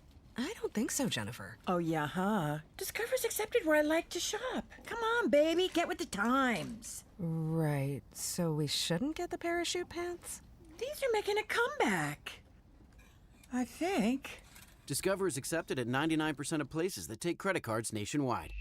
Based on the February 2025 Nielsen report. Interested in the future of development on the South Shore? Join the South Shore Chamber of Commerce Tuesday, May 12th from 8 to 11:30 a.m. for the South Shore Development Summit at Granite Links Golf Club in Quincy. Connect with industry leaders, policymakers, and business professionals and explore how evolving housing policies influence economic opportunity across the South Shore and beyond. Hear from a panel of industry experts as they share insights, perspectives, perspectives and real-world implications surrounding rent control and its economic development. The South Shore Development Summit is presented in partnership with the South Shore Economic Development Corporation and New England Real Estate Journal, and sponsored by Northeastern Savings Bank, supporting strong communities and smart development. That's Tuesday, May 12th from 8 to 11:30 a.m. at Granite Links Golf Club, 100 Quarry Hills Drive, Quincy. Early bird pricing is available through April 27th. For information and registration, go to southshorechamber.org. Hi, this is Alyssa McNamara Reed with McNamara Financial in Marshfield. I love Roth IRAs. I love taxes, or at least how they overlap with investments and sometimes can be mitigated. I don't love annuities. I do love helping people with their investments and planning for their financial futures. I'm a problem solver and I like new challenges. There, now you know almost everything about me. Give me a call so I can learn about you. 781-834-2010 or McNamaraFinancial.com. Hi, this is Michael Stewart, author of The Good Dog Poems, a book about some amazing dogs that have enriched my life. Please join me at the Situate Library, April 7th at 7 p.m. to hear some of my favorite poems. There'll be copies of the book for sale, and all proceeds go directly to the Situate Animal Shelter. That's April 7th, 7 p.m. at the Situate Library. I hope to see you there. Connect with your favorite WATD personalities on the WATD text line. Sponsored by AutoShine Auto Body in Abington and Braintree. Just send your text to 781-837-4900. That's 781-837-4900. And we're coming to you from the WATD Coastal Heritage Bank Studios. Good morning. I'm Rob Hakala with the morning team. Community-focused, locally trusted since 1889. Coastal Heritage Bank, growing together. All right, so here we are. He don't love you like I love you. Tony Orlando. Wow. Oh, boy, do we have a treat for you. You're hearing him there, but how about hearing him live right here? Tony Orlando, good morning. Welcome to WATD. Thank you, Rob. Good morning to you and to all your listeners. It's a pleasure. Thanks for having me. Oh, this is great. Yeah, you got a question for Tony? Text in 781-837-4900. We're talking to Tony Orlando this morning. Gary Levitt, our good mutual friend, set this up. So thanks to Gary. He'll be on tomorrow night with his show from 8 to 9. Gary Levitt and Friends. So, Tony Orlando, what's been going on? It seems like for you, you continue to stay very busy. Well, you know, I love the business. I thought retirement would have been a good thing. 2 years ago, I retired, and I got a call from Lionel Richie just not too long ago. He says, "What are you doing? Don't you miss it?" I said, "You know what I miss, Lionel? I miss the people." And now I understand why Sinatra and Cher and the Eagles, they retired. I don't know, all of them retired maybe 4,000 times and come back again and again. and the reason is exactly that. I don't miss what I told my wife a couple of years ago, I said, I can still hit the ball, I just can't run the bases. So, like, what are the bases? The bases are, you see those lines that you saw at the airport recently? Where, you go to flying today, it's a delay, it's a cancellation, it's a move to the next day. And going on the road with 5 and 6 guys like that was getting to me. So I decided to retire. But Lionel said, why don't you do an up-close and personal show like he's doing and like Paul McCartney's doing right now? And I said, well, that would be great because that allows me to see those faces again, to do the meet and greets, and thank the people. Honestly, Rob, they've given me an unbelievable dream come true journey. This is I've been doing this since I'm 16. This April 3rd, I'll be 82. Oh, wow. So, yeah. So, it's been all of my life. They are, meaning the audiences, are the people who gave me these great stories that I can talk about Elvis, my times with him, and Sinatra and the Rat Pack, and at the same time do my hits and enjoy them. And that is the truth, because this business is about the people, not about money in the end. It's not. That's wonderful. Not about a great suite at the hotel, not about first-class hotel. It's about the people. And that is what what I'm coming back for. Oh, that's great. And, you know, when it comes to someone like yourself, and of course you can see this, that it's genuine, that you bring people joy and happiness. And as you know, we need that more than ever in our world.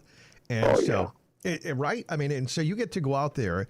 And I imagine, as you said, obviously, the older you get, I mean, believe me, I wouldn't want to have to travel around everywhere. You know, the schedule, that must get intense for a performer. But being able to, doesn't it, or? Well, you know, when you travel today, years ago it was a nonstop flight. Today you stop, it's 3-hour layover. And when you go on tour, it's grueling. Yeah. So this allows me to do maybe 2 a month, 3 a month. And look, they're coming in like crazy, these bookings. And we're doing the first test run at the Balmore Theater on April 4th. So in Baltimore, Long Island. And the reason is that my friend J.D. Sarantakos, that's his theater, and he's Chris Angel's brother, and Chris is like a son to me. So they said, why don't you go and do it in the city that you were raised in, and people where you got your beginning. I'm also at WABC Radio for last 5 years. So it's been a great idea to come to that little theater and break it in, and just want people to know that they're able to come and hopefully enjoy this show that I'm presenting. You know, it's a storytelling show, but also the music. It's also a musical. So I'm looking forward to seeing everybody, and I appreciate your time on the radio, and I hope they enjoy the show I'm about to give them. Oh, that'll be great. So again, this is the first, and do you think this will be starting again? It's in April. Can you give us the details, Tony, if anybody wants to? It's April 4th at the Balmore Movie Theater and Show Place. It's at 8 o'clock on April 4th. April 3rd is my birthday, so come and have some birthday cake with me. And you know, look, you work for 9 presidents. You work with the great artists like Sinatra and Elvis.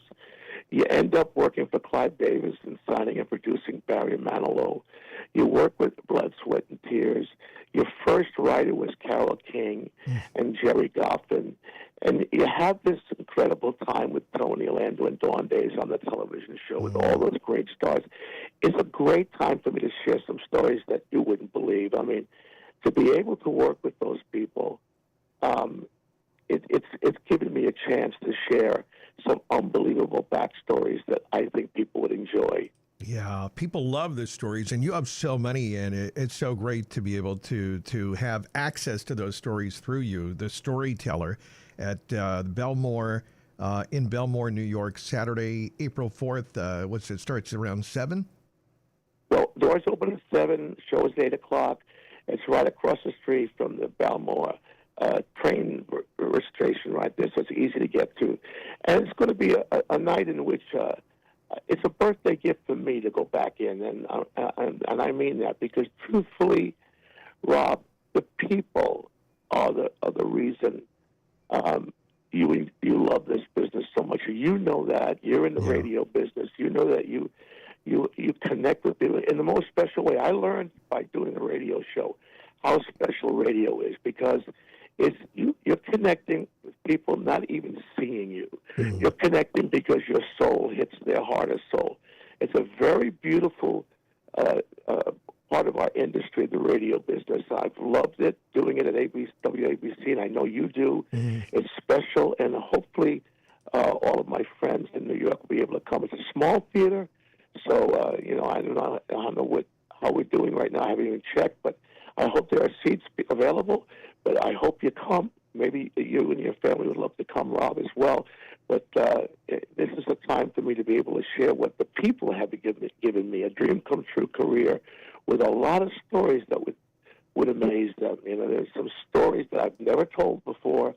Some of them might be even controversial, to be honest with you, but they should be told because the people are the ones that gifted me over. Well, I started when I was 16, so that's 65 years of show business. Wow.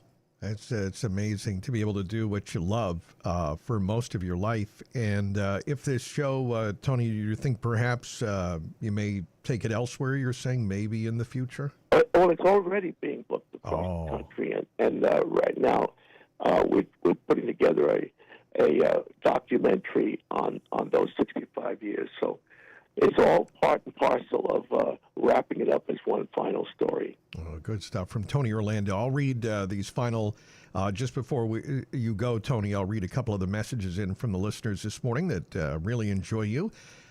We have Gloria from Brockton. I love all Tony Orlando songs. My favorite is Skybird. That's Gloria from Brockton.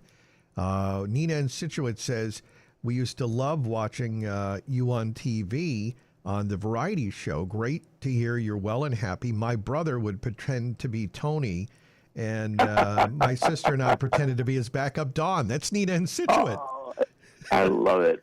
And JB wants to know, well, this is always a tough one, but it's the question, I'm sure. What's a favorite song of yours that you like to sing? Is there one, Tony? You know, I'd have to go back to Candida. Yellow Ribbon, of course, because Yellow Ribbon has allowed me to raise about $170 million on behalf of veterans, which has been really my life's work, and working for veterans since 1973. But I love doing Candida because it was the first step with Thelma and Joyce and myself into a dream that we could never imagine. That television show, for example, you know, there was a time when there was only 3 networks, Rob, and there was 36 million people watching that show every week. And so that song, I sing it and remember it as the springboard into a dream come true. Oh, Tony Orlando has been with us today on WATD. Such a treat, a great surprise guest for us today from our good friend Gary Levitt from Gary Levitt and Friends.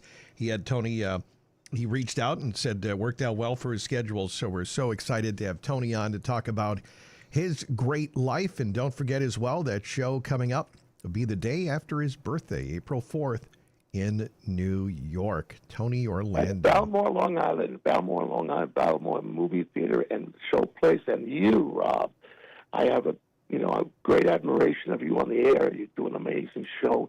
And thank you very much for giving me the chance to speak to people, your audience.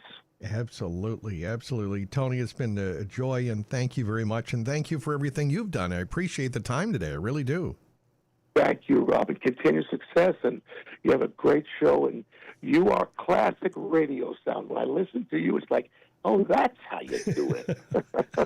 Oh, Tony Orlando there on the great WABC. All right. Thank you so much, Tony. Take care. Thank you, my friend. Bye-bye. God bless you. God bless. Future is bright. The gypsy told me so last night. Said she saw our children playing in the sunshine. And there was you and I in a house, baby, no lie. And all these things were yours and they were mine. Whoa, my Candida, we could make it together. The further from here, girl, the better. Where the air is fresh and clean. Oh, boy. Candida. Well, that was a treat. I'll tell you, I would have been... I was just so happy that Gary reached out and he said, hey, do you have room for Tony on your show? I'm not going to not make room for Tony Orlando. You don't say no. And what a gracious, nice man. So it was a pleasure to have him on the program. And again, if any of you are in that New York area, or make the trip, I mean, it's not that far away, go and see that show and find out more. I'll read you again. That show is going to be April 4th, and it's called The Storyteller. I think you can look for it on Eventbrite. The Storyteller musical Belmore. That's Bellmore. And that's where we'll be in New York, Saturday, April 4th. And who knows, maybe he'll be in our area sometime to do that show. All right. Apologies to John Shea, local track. You'll hear that, though, this afternoon with Audrey. Don't forget to tune in. I'll give John an extra plug as well for his show. Sorry we couldn't get to the local track today, but tune in to John's show tonight. Nothing but great local music, Almost Famous Radio. John is an amazing show, does a great job, and you can tune in tonight from 8 to 10 with John Shea, Almost Famous Radio. Coming up, we have the entertainment report from the from CBS. We'll get the CBS entertainment report. We'll go through any final text messages from you at 781-837-4900, 781-837-4900 on the text line. Sponsored by Auto Shine Auto Body in Abington and Braintree. Audrey coming up at 10, and then we'll remind you again to join us out on our remote broadcast today out at South Shore Diamond Exchange. Right now, 9:49, traffic and weather. The ride on the expressway is slow. Furnace Brook up towards Andrews Square. Route 3 looks good along the South Shore. 24 is fine. No problems at the Cape Bridges.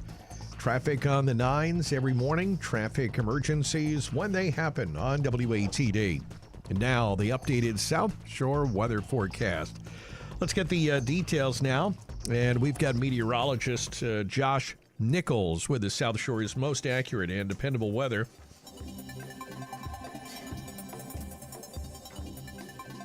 And it's being sponsored this time around by Auto Shine Auto Body. With decades of experience, Auto Shine Auto Body is a gold-certified auto body shop. You bend it, they mend it. Abington and Braintree and online, AutoshineAutoBody.com. Unsettled is the operative weather word across Greater Boston, the Metro South, and the South Shore here for today, with scattered showers and thunderstorms, a rapid wind shift into the northeast. For later today, we'll send temperatures tumbling. So as you head out the door, prepare for lunchtime temperatures close to 60. For the drive home, plan on temperatures close to 40. We'll have substantial amounts of rainfall, about 3/4 of an inch in Boston, a little bit more over parts of interior southeastern Massachusetts between this morning and midnight. For tonight, look for showers and an isolated thunderstorm, the low in the mid-40s, mostly cloudy, breezy for Wednesday with highs in the mid-60s and a southwest wind. Thursday's cloudy with a raw northeast wind and a shower, the high near 40, mostly cloudy with a bit of rain on Friday, highs back into the mid-60s. For WATD, I'm meteorologist Josh Nichols. Thank you, Josh. And right now, outside our studio in Marshfield, 53 at the weather station, WATD. Oh no, someone ran a shopping cart into my car when I left it unattended. Auto Shine Auto Body, you bend it, they mend it. My kid didn't see that giant telephone pole when he opened the door. Now look at it, how splendid. Auto Shine Auto Body, you bend it, they mend it. The chucklehead behind me was texting and driving, and now I'm rear-ended. Auto Shine Auto Body, you bend it, they mend it. I don't even know how this happened, but look, my bumper's dented. Auto Shine Auto Body, you bend it, they mend it. Your buddy just had a great experience fixing his car. Who was that he recommended? Auto Shine Auto Body, you bend it, they mend it.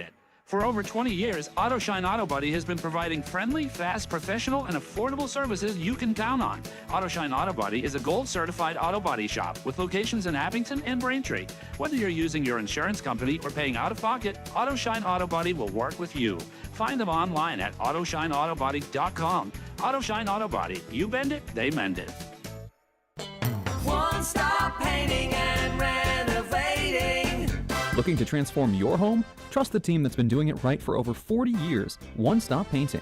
At One Stop Painting, every project starts the right way with a professional, thorough, written estimate after discussing your needs, your goals, and your vision. From interior and exterior painting to soft washing and power washing, they handle it all. Vinyl siding, wood, decks, stone walls, walkways, even pool aprons. Need carpentry? They've got you covered. From rotted wood replacement to doors, windows, and more, One Stop is truly full service. They also specialize in epoxy garage floor coatings, gutter cleaning, and so much more to keep your home looking its best year-round. Experience, quality, and award-winning service you can trust. That's One Stop Painting. Hi, this is Jeff Cohen, owner of One Stop Painting. Call us at 508-888-3500 or check us out online at onestoppainting.com. One Stop Painting, trusted by homeowners for over 4 decades. One Stop Painting and Renovating. Oh, could this vintage store be any cuter? Right? And the best part? They accept Discover. Accept Discover? In a little place like this? I don't think so, Jennifer. Oh, yeah, huh? Discover's accepted where I like to shop. Come on, baby, get with the times. Right, so we shouldn't get the parachute pants? These are making a comeback. I think. Discover is accepted at 99% of places that take credit cards nationwide. Based on the February 2025 Nielsen report. You know that Big Bargain detergent jug is 80% water, right? It doesn't clean as well. 80% water? I thought I was getting a better deal because it's so big. If you want a better clean, Tide Pods are only 12% water. The rest is pure, concentrated cleaning ingredients. Oh, let me make an announcement. Attention shoppers, if you want a real deal, try Tide Pods. Stop paying for watered-down detergents. Pay for clean. If it's got to be clean, it's got to be Tide Pods. Water content based on the leading bargain liquid detergent. This is the CBS Entertainment Report. What do you do for your birthday when you're Celine Dion? To all of you, I can't wait to see you again. In a message on her socials to her fans, Celine announcing a residency in the City of Lights. 10 shows in Paris starting this September. Celine has been sidelined, diagnosed with stiff person syndrome back in 2022. Oh no, not the boat people. And more casting news for The White Lotus Season 4, adding Heather Graham and Rosie Perez to the mix. That'll start production next week on the French Riviera. Nice work if you can get it, right? For CBS Entertainment, I'm Matt Wolf. Hey, it's CBS News business analyst and certified financial planner Jill Schlesinger. Follow and listen to Money Watch with Jill Schlesinger on the free Audacy app or wherever you get your podcasts.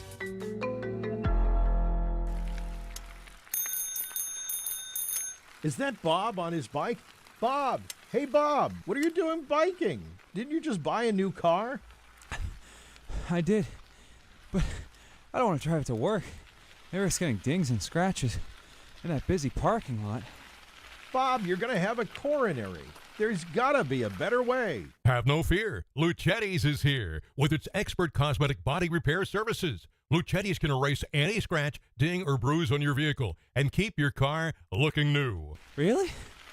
So I don't have to ride my bike to work? No, Luchetti's has your back. They can fix scratches, surface dents, paint peeling, chips, or scuffs, and minor bumper, headlight, and mirror damage. They do it all. Give them a call or head in today for a free estimate. Whew. I'll bike right over then. Bob. Oh, right. Trust Luchetti's because you can't compete with complete. Friends with Benefits, Thursday nights at 9 on WATD. Join the roundtable as they explore everything from relationships and social issues to life stories, sports, and events. It's Brian Stratton's Friends with Benefits with your hosts Paul Kearney, Gabe Sirota, and Bob Anderson. Proudly sponsored by Atlantis Sports Clubs and Corey Brothers Stump Grinding. Tomorrow night at 9 on 95.9 WATD. All right, time is running out. Audrey's coming up. We've got the big midday show from 10 to 3 with Audrey on WATD. Although I get to be a part of it today. I'll be checking in during Audrey's show from the grand reopening. I hope you join me about an hour from now. I can't believe it. 11 o'clock, final day of March. Today, 11 to 2. Grand reopening of the South Shore Diamond Exchange in the North River Plaza, Route 139, Pembroke. While you're there, you can enter to win a pair of 2-carat diamond stud earrings. That's today, 11 to 2. I'll see you over there at the South Shore Diamond Exchange grand reopening. It's in the North River Plaza, right at 125 Church Street in Pembroke. That same plaza, you know, with the Kohl's and the Stop and Shop and the Longhorn Steakhouse. And the old Caldor, for anybody that's old like me that remembers. Anyway, that's the North River Plaza. I'll be there for the grand reopening of the South Shore Diamond Exchange. Good stuff. Let's see. We didn't have a lot of time really to get into history today, which is a shame. There were a couple of stories I wanted to talk about. We just ran out of time. It was great to have Tony Orlando, wasn't it? Big date, 1968. You remember this? Under pressure because of the Vietnam War, President Johnson shocked the nation by announcing he wouldn't run for re-election. I shall not seek, and I will not accept the nomination of my party for another term as your president. 83 years ago, a big musical, Rodgers and Hammerstein, Oklahoma. The first show to include music and dancing and ballet, in this case to advance the plot. Oklahoma, 83 years ago, 1943. We know we belong to the land, and the land we belong to. And it was also, this day kind of interesting, 1889, the Eiffel Tower opened, and this is kind of the Eiffel Tower, that's right, in Paris, named after Gustave Eiffel. And so today was the day that it was actually ready to go. Not necessarily for the public, but March 31st, Eiffel himself, he led a group of government officials and some press members, like maybe the Dan McCready back in the day in 1889 covering the Eiffel Tower. Just a question, Mr. Eiffel. And so the lifts weren't in operation. Listen to this. So the ascent was made by foot and took about an hour or so to walk up the Eiffel Tower. And along the way, you'd be walking to catch your breath. Eiffel himself is stopping to explain various things, like take a look at that. This is what this is. And most of the party chose, because again, like today, many of us are lazy. A few said, thank you, Mr. Eiffel. I'm just going to stay here, and you guys go up the rest. But a few, including the structural engineer, the head of construction, the president of the city council, and some reporters, completed the ascent. So there you go. And I think Eiffel went up there, he put up a flag, and there was a 25-gun salute fired on the first level. This date, 1889. All right, there you go. Have a great day. We'll see you over at the South Shore Diamond Exchange. It's the grand reopening. We'll be there from 11 until 2. Yes, that's right, Pete from Hingham. He's tying it all together. I love this. Pete from Hingham. Okay, why? Okay. Christopher Walken's birthday is today. Christopher Walken, View to a Kill, James Bond, where was one of the scenes? Eiffel Tower. I don't think you can do it better than that. So there you go. Have yourself a great day. We'll wrap it up on that note. Didn't ride no more. I don't know what Gustav Eiffel would think about that. All right, talk to you later at South Shore Diamond Exchange. The South Shore's breaking news, weather, and traffic station. 95.9 WATD FM Marshfield and 95.9